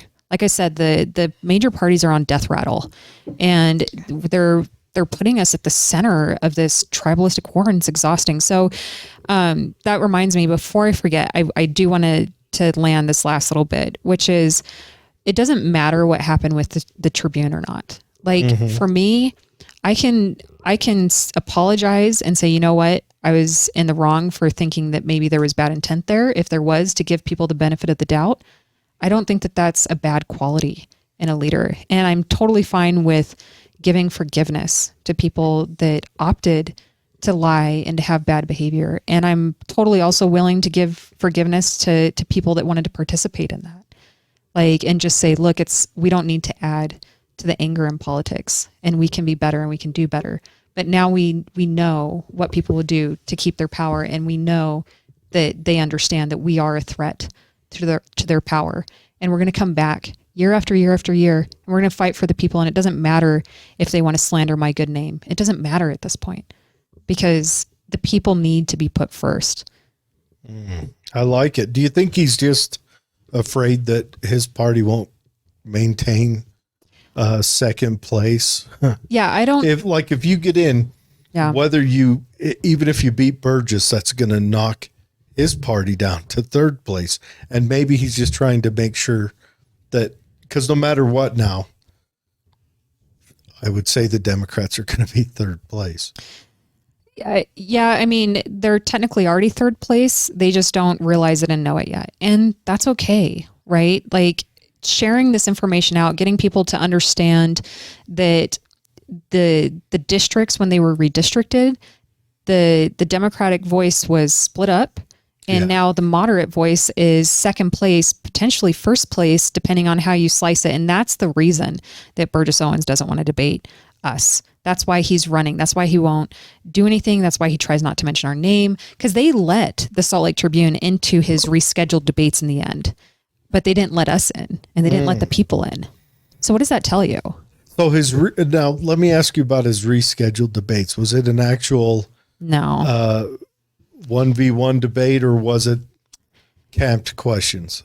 I mean, I honestly didn't listen to it, because I was just like, this is silly. People can funnel me the questions and I'll just answer them, and then we can, create something. And I went out. You should have had a cross-platform live. I was when they going ask him to. a question, you have someone can have the debate on TV, hit mute, and then see what you say about it. So I was going to, but instead we opted to go to an event that had over 1,000 people. So we pretty much got over good. 500 interactions instead, with direct people in the district, positive interactions, which probably reached more people than those debates on a personal level anyways, where people just talked with us. They asked questions. We had good interactions with their kids. And Adam, that's not true. He just said false. The Tribune was not allowed. They were not allowed initially, right? Because that's what they threw a big stink about. But then what happened is the Deseret said, we're not going to go to your debates if you don't allow all media platforms in. And they said, oh, okay, well, fine. The Tribune can come, but January can't come. As long as January doesn't come, we can have a debate. Right. That was essentially what they did in the end. So the Tribune was there at the end of the day. How they, and I'll bet both parties were happy to keep you kicked out. Yeah. So the Republicans and Democrats love to go at each other. They love that fight. They love that power play. Well, they're the wings of the opposite wings of the same bird. Right. But this is very disappointing seeing these comments come in. But when at the end of the day, look, Adam's they a don't good want guy. the Adam's threat to funny, their power. But Adam, me and Adam, we had Adam on the show, a week ago, and he and I do not see eye to eye. But then again, I'm a way outsider. Burgess, wait, let me read the debate. Yeah. Or the comment about the debate. Burgess was correct to skip the Jake Hunsaker debate and the Trib hosted debate. No, so here's, let me just explain It's this. a job interview. You're essentially saying I can have this job interview and not show up. It's more than that, January. Think about it this way. The reason we don't kill each other to take each other's resources or to plunder each other's women or to enslave the children of each other is Or because we are women to plunder each other's men. Let's just throw it out there. Oh my goodness. or I'm I'm almost worried to be equal on here now. opportunity. Okay, keep Dave, going. Dave does like to go. let's circle extreme back to violence. Dave. All right, Let's circle back, to Dave. Circle back. The Dave. reason we have a civilized society is because of debate. Debate to select our leaders from the little peasant downward to observe our leaders in action. And without debate, the only thing we can resort to is violence. So when one party withholds debate, and I don't care if it's my party or their party, you are actually promoting violence because that is my other alternative. I can either be a civilized society and observe debate, or I can slaughter my enemies. So let's choose wisely as a society, because I think debate is much more harmless to my health, even if January is on the stage. What do you got there? You just totally. What do we got here? Are we gambling?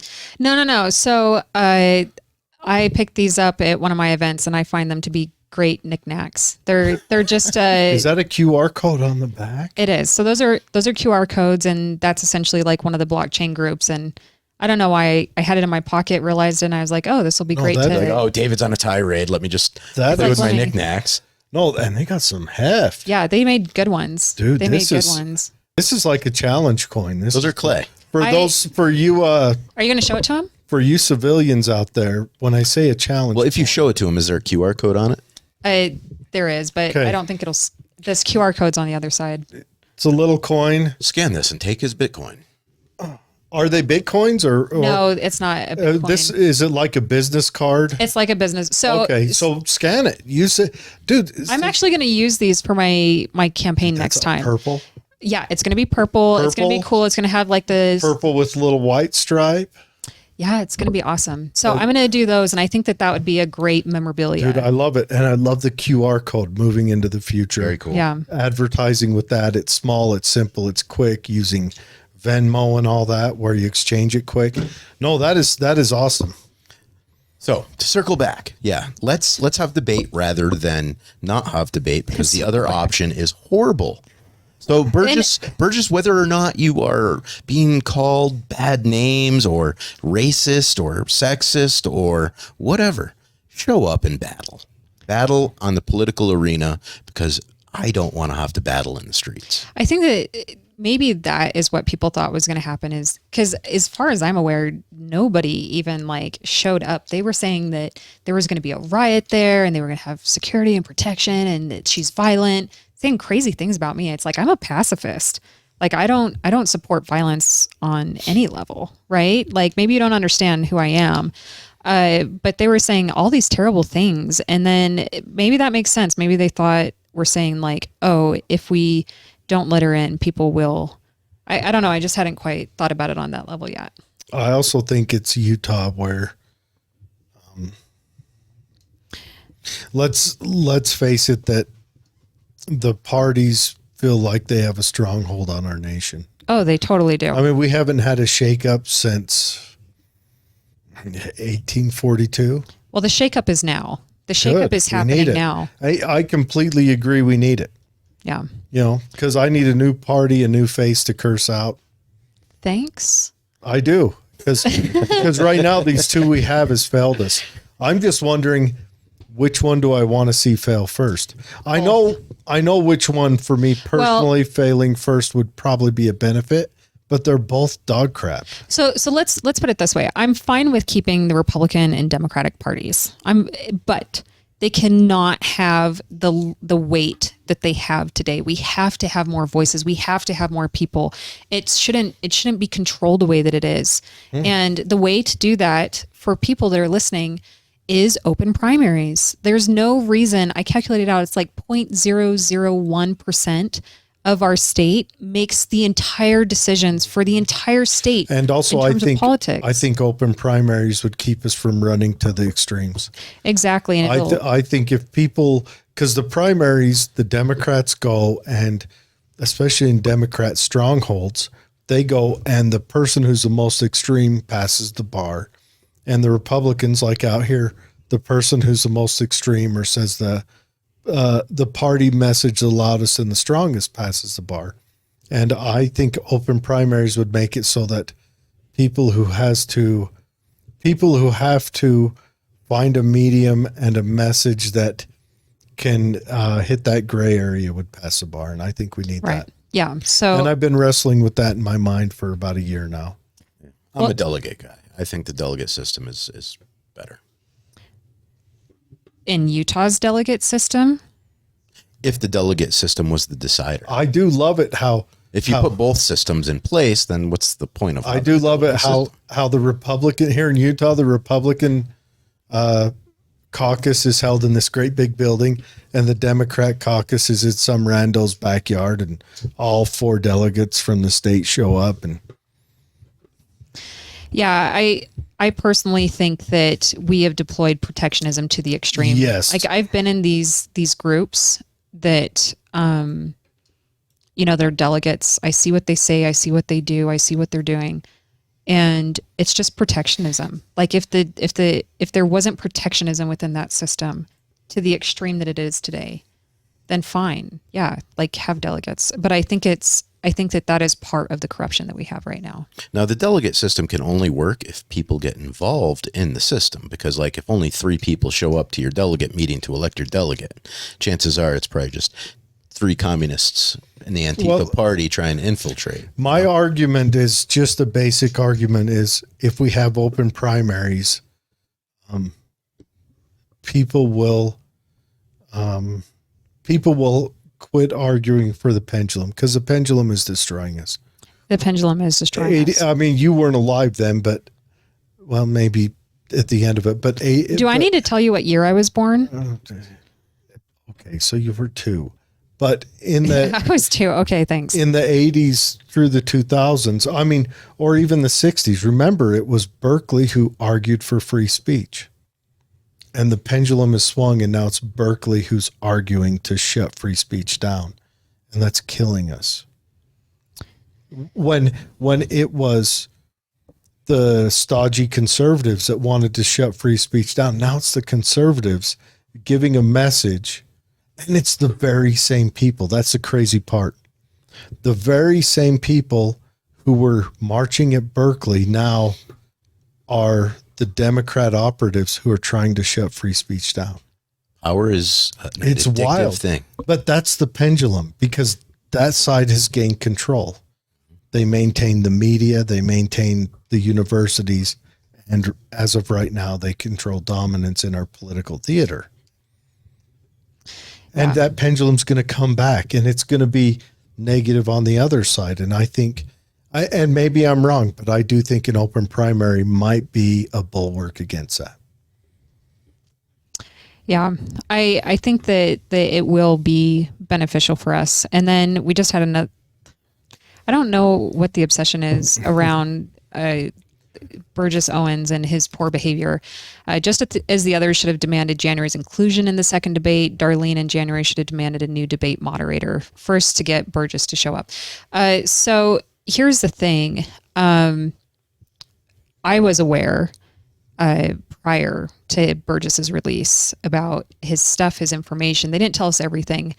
But ultimately, it was never about the debate moderator in the first place. And that's what we have to know and what we have to understand here. It had nothing to do, like, it was just an excuse. The Tribune's cartoon was just an excuse because, look, they let them into the debates in the end.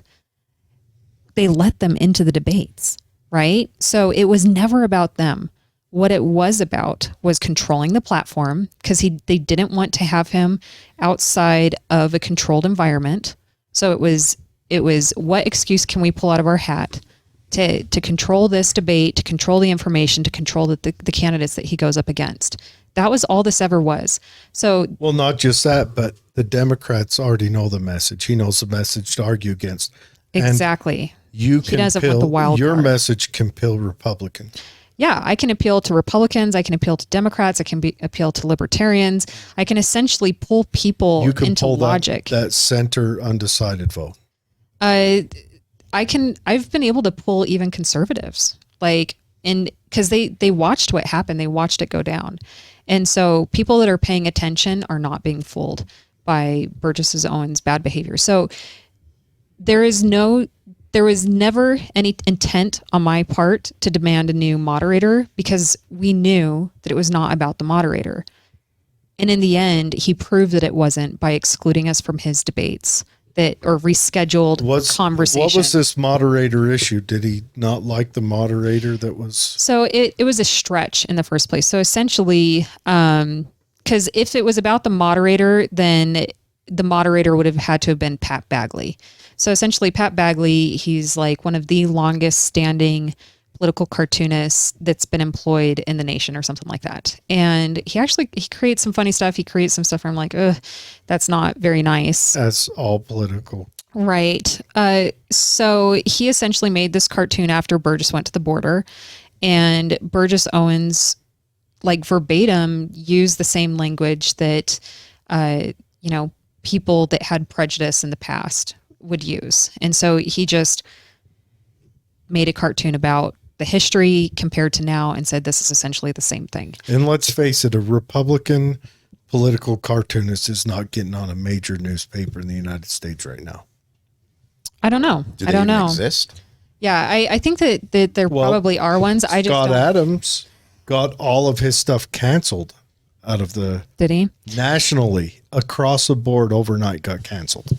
I honestly don't follow newspapers that much. And even though Scott Adams, none of his cartoons are political, just for his politics. Tell Scott to post on Twitter. You know what Scott Adams? Look at his cartoons. Yeah, I mean, he could just post on Twitter. Do you guys know what Scott Adams drew?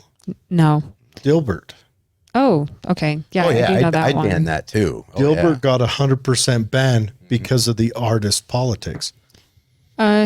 That's a crazy story. I think I've seen it happen from both sides. Like whenever people talk about cancel culture, I always think of the Dixie Chicks. That was my first exposure to cancel. The Dixie Chicks was definitely cancel culture. But it came from the opposite side of the spectrum because they said, what was it? They were against war? They didn't. Yeah, they were against the war in Iraq. But what's wrong with that? The Dixie Chicks... Cancel them. Well, hold on. The Dixie Chicks got canceled because they sung country music. And who was your fans? Yeah, but I mean, that'd be like. But it shouldn't matter. That'd be like if 9 Inch Nails came out and said they were for the pledge to stay virgins forever. It would not go over well.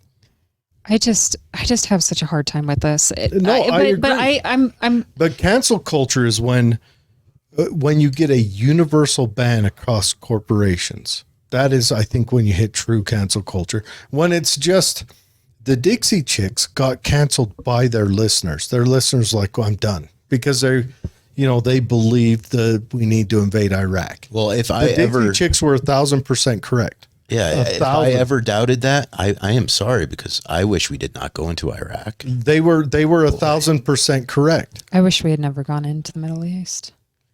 It's painful. So can we touch base on this really quick? I'm 1,000% with you. Because you're a veteran. Are you a veteran? Yes. You're both veterans.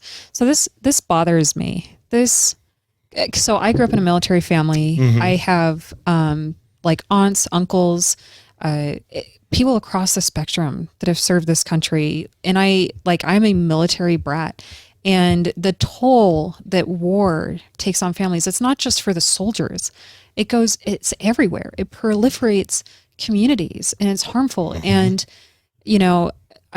I've mentioned this before. I really hope that my uncle doesn't mind, but I have an uncle that's similar in age to me. And he went to Afghanistan. He did multiple tours. And one time he didn't come back. Not the way that they should. Clearly things started to happen and it took its toll and he never came back. And it's not just him. There's thousands, hundreds of thousands, if not like 1 million people that have gone to war over this. I mean, I don't know the actual numbers. You'll have to correct me on these numbers, but you have all of these people that have been harmed for what? For what at the end of the day? And then we don't follow through on them. We essentially have the same veteran policies that we did back in the 60s. And we saw what happened to those veterans and we watched them be left behind and they struggle with their families. They struggle with their health and everything. And it bothers me. And you cannot get those benefits. I looked this up. We essentially had over $200 billion for veteran funding that didn't go to the veterans. It went to fraudulent activity. And so that's why I advocate for these solutions, because you can eliminate that. Yeah, there was a big thing where they had to buy new pictures for all the VA hospitals while people were committing suicide on the VA suicide hotline. They had to buy new art for the offices. Let me give you a little Instead suggestion. of putting that money into more people to answer make those sure phones. that they're taken care of. Here's how you stop this. Okay, let's hear it. If you deploy a person to war and he's a citizen and he's in your military, not a mercenary from Congo or something, I'm saying an American soldier, you have to allow him to be tax-free for the rest of his life when he comes back. And I promise you, we will not send anyone else to war. There will never be war again. Hey, I'm down. Go ahead, write that one up for me if you would. I'll put it underneath consideration. Or even if they just join the military. No, you got to send them to war. Imagine how badass our military would be because the defense won't count. Taxes. If I think taxes are not holistically bad. When we start cutting out taxes, we essentially pave a path to become a third world country, because I've seen countries that don't take yes. Do we? So was we a third world country compared to the rest of the world, say in 1920? So, I mean, are you 1920 when the Great Depression was happening? 1920 never existed because I didn't exist, as far as I'm concerned. Okay. So the Great Depression was in the 30s, but long after we initiated taxes. But so here's what happens if we don't. But in 1920, we didn't have a federal income tax. Matter of fact, you know what the words they promised us with the federal income tax? Eventually, you won't need it. No, we promise only 2% on the 1%. Yeah, but they definitely changed that. So let's go back to this. We can't. I want you to reflect on this. Let's reflect on this. Right now, I pay everything I make until well into January, February. Your name, February, March. Almost 2 days into April right now in taxes. That's how you have to reflect on that. Into taxes that. Where's my return? Where's my return that can't be handled better privately? You get a free trip to the Middle East. Okay, so let's go through this because this is important. So one of my things is eliminate the national debt, right? Love it. We have a path to do that. We can essentially track and trace government spending down to the very last penny with this distributed ledger technology. Like that is doable. That's possible. We can essentially start to hold people accountable. And then there was like $662 billion that was misappropriated. We can eliminate all of that. And we can also make sure veterans get their money, whatever it is. But here's the thing. If we do not eliminate the national debt, then our inflation is going to continue to go. The entire world is hoping, because they rely on us, that our dollar is the standard for the entire world. If we default, if we stop doing taxes, most of the entire world, right? I mean, there's a whole BRICS situation that are just waiting for it to collapse, and I think they're right now volleying for who would take over. But that's what Bretton Woods. That's why we have to be better here, right? So essentially, we have to start tackling this immediately, and it is up to the workers today, my generation especially, right? We had our futures taken from us, and it's up to us to decide whether or not we want people to be successful in 20, 30 years, if we want the next generation to be given something better than we were. And we have that ability. But if we start saying, get rid of taxes, eliminate it, et cetera, that doesn't help anyone. I didn't say eliminate taxes. I just said, if you're going to expel my life and I actually live, if I don't live, you don't have to worry about it. Did you? No, I didn't Only agree if I with, live. But you know what they say, the only things that are guaranteed is death and taxes. I didn't agree with a lot of Joe Jorgensen's Isn't it? Campaign last go around, but did you? She had a message for how to lower taxes and lower Tell me the about national debt. Start selling off government buildings.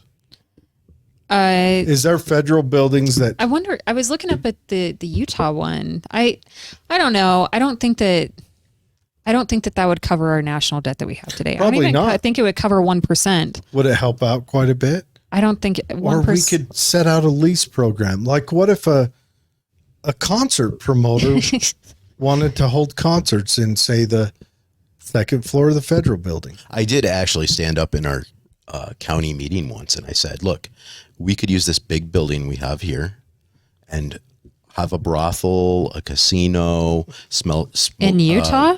Smell some marijuana. It Why did would not we go do over that? as well as I thought it would.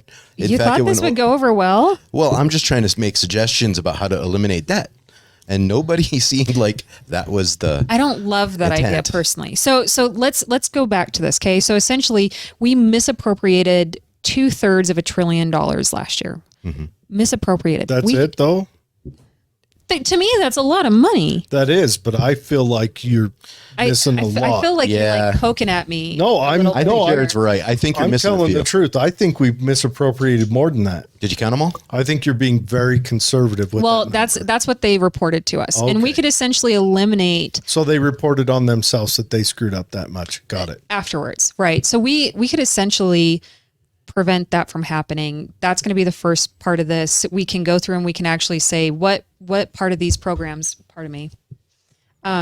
what part of these programs actually align to the American people. And then the ones that don't, let's start to say, hey, thank you so much for what you've done for us, but we're going to go through and pursue other alternatives at this point. And that's what we should do. And that's what we need to do. And that's what good bookkeeping does. Like, you go through and you audit your finances and you say, does this align to my current needs? And if it doesn't, say, thank you, I'm going to go ahead and cancel. And that's what we need to do at this point. And the people that are elected today don't have those best interests at heart. So that is actually something that clearly differentiates me as a candidate, is I can say, I can have a meaningful impact on your inflation. I can have a meaningful impact on your future, your national debt, like the prices that you pay. And we can continue to retain our world leadership. And where people say, hey, they almost messed up, or they did mess up and they got. And you're us not back on track. beholden to a party to let things slip because it's red or blue. Yeah, I think that even my own party recognizes that. Like, January will do the best thing for the people at the end of the day. But your party, and also your party, is stepping into this without a traditional purse they need to upkeep, Right. which I think is beautiful, because right now the Republicans and Democrats both have traditional legislation that they need to maintain and upkeep. Dave, you're getting messaged by your wife. It will be. Yeah. But So I we won't apologize. keep you much longer. You have nothing to apologize for. No, You did great, January. You actually lasted this long. Hey, We're going on 2 hours. I'm going to tell you right now. Are we First really? of all, this is your second time back. I'm traditionally hard on people who mention government answers, because let's face it, I have a saying. Anyone who watches this show knows what I say. What is it? Tell us. Government only does one thing. That's turn gold into shit. I shouldn't laugh. I see. You shouldn't. mind, It's 100% correct. Though. I am an idealist at the end of the day. Like Good. I believe Me too. in the good of the people Me too. and the good of our leaders and that we can have nice things. Okay. We got one last comment. I'm an anarchist, and I'm a shopping cart tester. We're not ready for anarchy yet.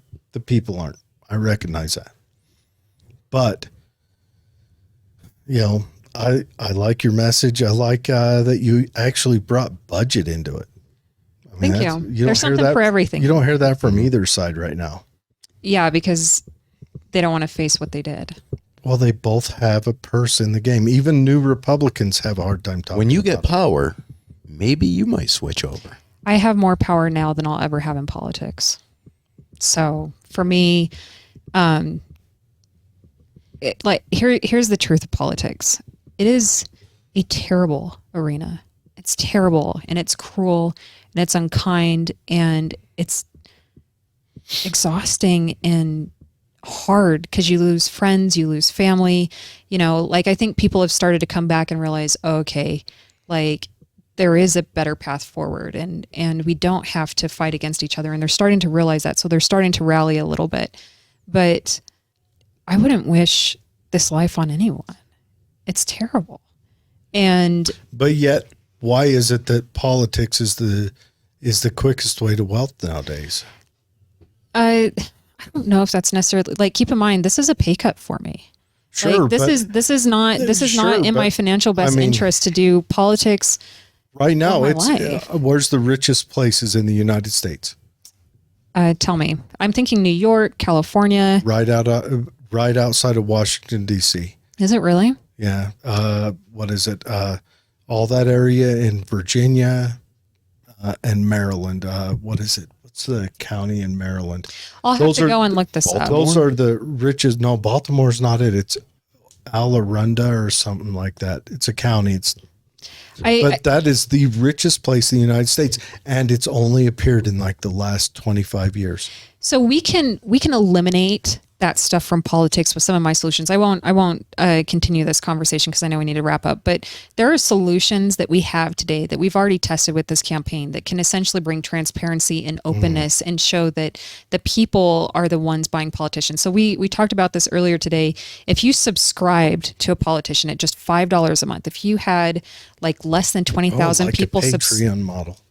Yeah, exactly. If you did that to your politicians that you liked and supported, you could essentially eliminate lobbyists from politics. How would you feel about campaigns being universally funded? I don't love that money is in politics in the first place. There's a cap, and if you want to give to campaign runs, you give it to a universal fund. So like a PAC? But a PAC that goes to everyone running for that office. Say a minimum floor to enter it. You have to be a serious candidate. We're not. I don't know. We'll circle back to that. Okay, sorry. Okay, so let's summarize this really quick. So essentially, there's ways that I wouldn't wish politics on anybody. There's good in our future, and there are ways that we can defeat the system that we have today. But you wanted to wrap it up. Well, I want to give you the option to answer that last comment because I think everyone is kind of wondering this particular question. Off topic, where was January's purple suit made? So I have quite a few purple suits. And it's made at the Taylor Cooperative. So they did that. And I also have another gentleman that made my shirts. And I'm so embarrassed by this. I don't remember his last name. I'll have to look that up. Maybe I'll post it later. They are made in Utah. Yeah, they are made in Utah. They're custom fit. They're the same suits, or they're the same makers of most of the politicians' suits in Utah. So I know Deidre, is that how you pronounce her name? The lieutenant governor. So she got hers made there. They did an excellent job. Would go to them again. They have thousands of colors that you can choose from. And I have, so I essentially put a little bit towards my savings just to buy suits. And so I'll have more. I think I would like to get to 20 suits so that it looks like I have some variety, but I stay with purple. No, they're all going to be purple. Well, okay. I mean, but you may want to get variety for later on. you know, like you might have a date night or. I'll wear my Other glittery clothes. purple suit for a date night. But I mean, And then dates. There's no dating in politics because people make it weird, right? how? Okay, your faces like just showed that this did not land. Okay, so there's no dating in like, first of all, you don't know who these people are. You don't know if you can trust them. You don't know what they're doing. You don't know if they're taking pictures. There's no, like, I don't do this anyways. Oh, yes. Like, get it, I don't take pictures, but what if they do? What if they're like, there's none of that. And then who are they? Complete paranoia. And you 'cause- don't It's want not to. parano- well, No, and it's warranted. are they paranoia. interested in you or are they interested in what you're doing? You know, And then you don't want like, say you get into a relationship earnestly and it goes awry, and then they have a tell what if, all what about if you it where have somebody that's It's like unkind in the end? if I was rich and then I'm single, how do you date? I couldn't date someone if I'm rich, because how do you know they're not just interested in your money? Yeah, that's people a- treat you weird. I never thought about that. But no, I hate the thought that you have to. What about if you gain office? Can you date? Could you theoretically get married? You know, to be transparent, I have a really amazing life as a single woman. Like, I can do whatever I want whenever I want. I have my dog. When I want to go travel, I go travel. You know, I don't have kids, so like that's kind of a nice little benefit because I can always just focus on a project, and I don't feel bad about not like giving small humans the time and attention that they need. Which, keep in mind, I'm like a huge champion of mothers and everything after seeing how much effort and time and everything goes into, and not just mothers, single parents, whatever it is, parents in general. But for me, you know, like, I have a really good setup here. And I like it and I enjoy it. But I think that realistically, my dating life is forever changed. I don't know if it'll ever return to what it was. And I think that that's okay because I am content with who I am. And I am content with, like, I essentially became the man I wanted to marry. Like, I give myself whatever I want. I take myself on trips. You know, I go through, I've done great things. That's a good way to put it, though. But That's interesting. I never became thought of that. Man, I want to marry. Hey, if you're happy being single, Lord knows I spent plenty of my life being single, so I dig it. But I get what you're saying. It's no, that's an interesting question. Like, if you get in, because I mean, when you look at it, there's that cat from Florida. Was it Gates, who got in that trouble over some girl that flew on an airplane with him? I don't know. It's all muddled BS, but that is the dating in politics. Is it's a weapon. Yeah, it adds unnecessary risks to it. So, you know, maybe like I can give a few years to the people. I can do that. I can give a few years of my life. My time is my most precious asset. And I can do that and put personal matters on hold. But you know, maybe after all this is said and done, like 5 to 10 years, maybe that's when I can like focus on personal relationships. All right. Well, that's pretty thank you. cool. I That's the end actually of have it. a lot of respect for that. do we want to glaze over the last comments, or are we good? Nah, you don't. All right. Let's go. Don't glaze on it. I'm sure they're only fun. Well, Go ahead. All right, go ahead, January. Go ahead. Oh, I didn't think there were any more. Let's see.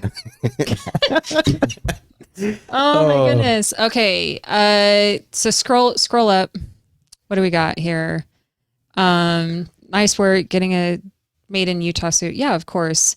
He's rich and found a wife and kids overnight because survey. Or he's Evan talking about McMullen. Evan McMullen. So I don't know about that. I couldn't speak to that. I'm really happy for Evan. You know, his wife is a really cool woman. She's super nice. And spouses of politicians or anybody in public service, they give up everything. Well, I would say Like- Nancy Pelosi's husband is honestly the He's always hammered. poster child for that right now. Yeah, I I mean, felt terrible for him. that the violence got brought to their house, which to me, that is And that's real. out of line. And real. let's look at it. What about Kavanaugh, where that guy went to his house, where they let the protests go on long enough to where a guy felt like he could show up there with a firearm and zip ties with the plans of kidnapping them.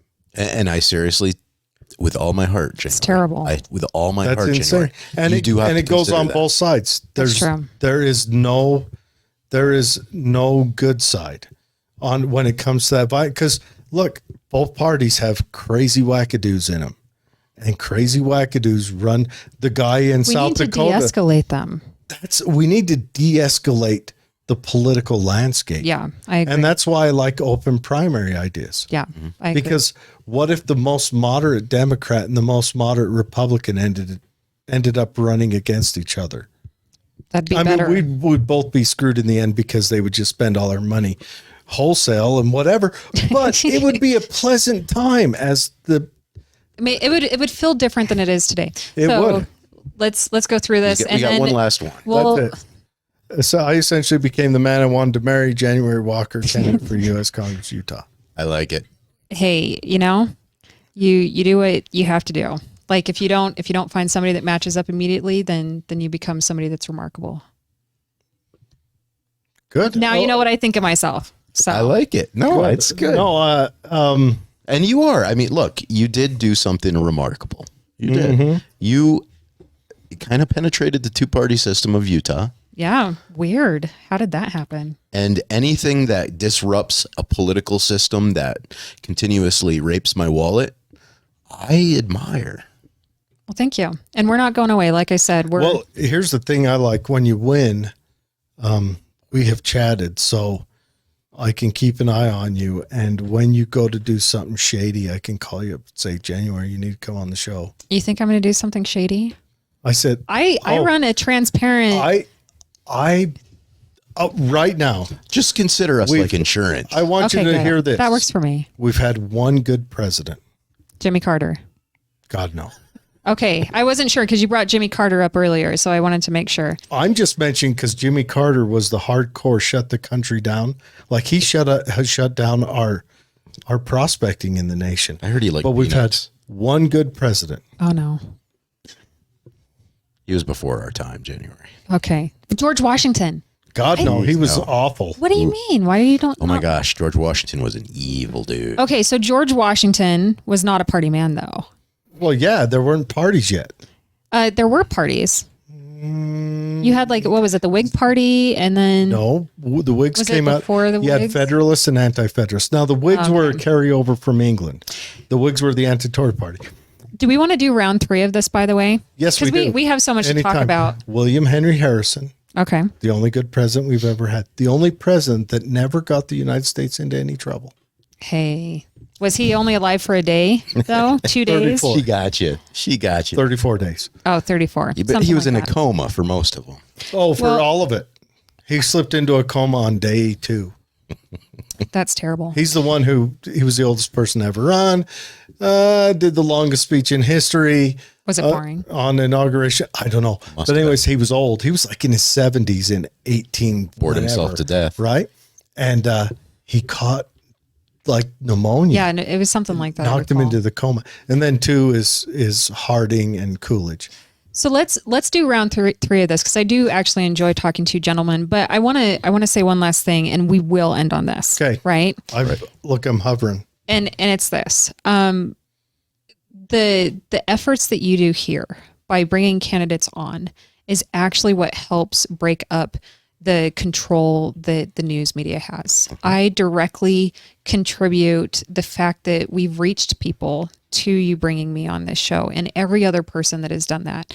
Like we got the message out even though we had almost no coverage this entire time. So thank you so much for accidentally reaching out to me because you thought I was in your district, I think initially. But thank you for reaching out to me and You're inviting me welcome on. honestly, if you was to call us, you'd be on that week. Okay, perfect. I mean, Well, we can. I'll let you give me a history lesson next time. No, No, you won't. don't worry. Well, It's you do not good about work. it's not about let. It's about suffer through. Suffer through. Okay, thank you, Everyone- so much, gentlemen. January for UT04. January U.S. 4th. Congress, January 4th you, District.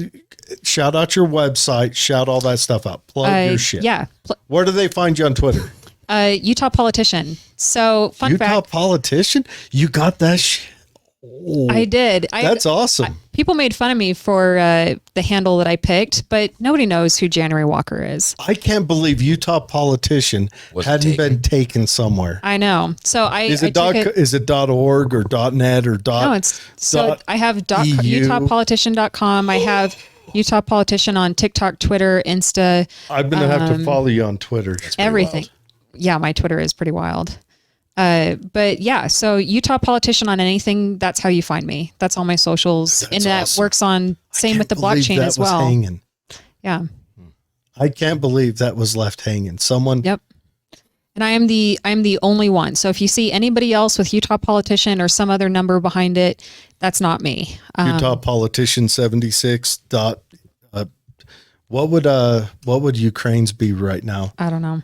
Burning hell. Shall we wrap up? I know that I can see your notifications blowing up from your wife, so we got to let you go. Anyways, everyone thank January. Go check her out. Good segue. The thing I like about her is she's approachable. We've reached out to Burgess Owens a few times. You don't see him on the show.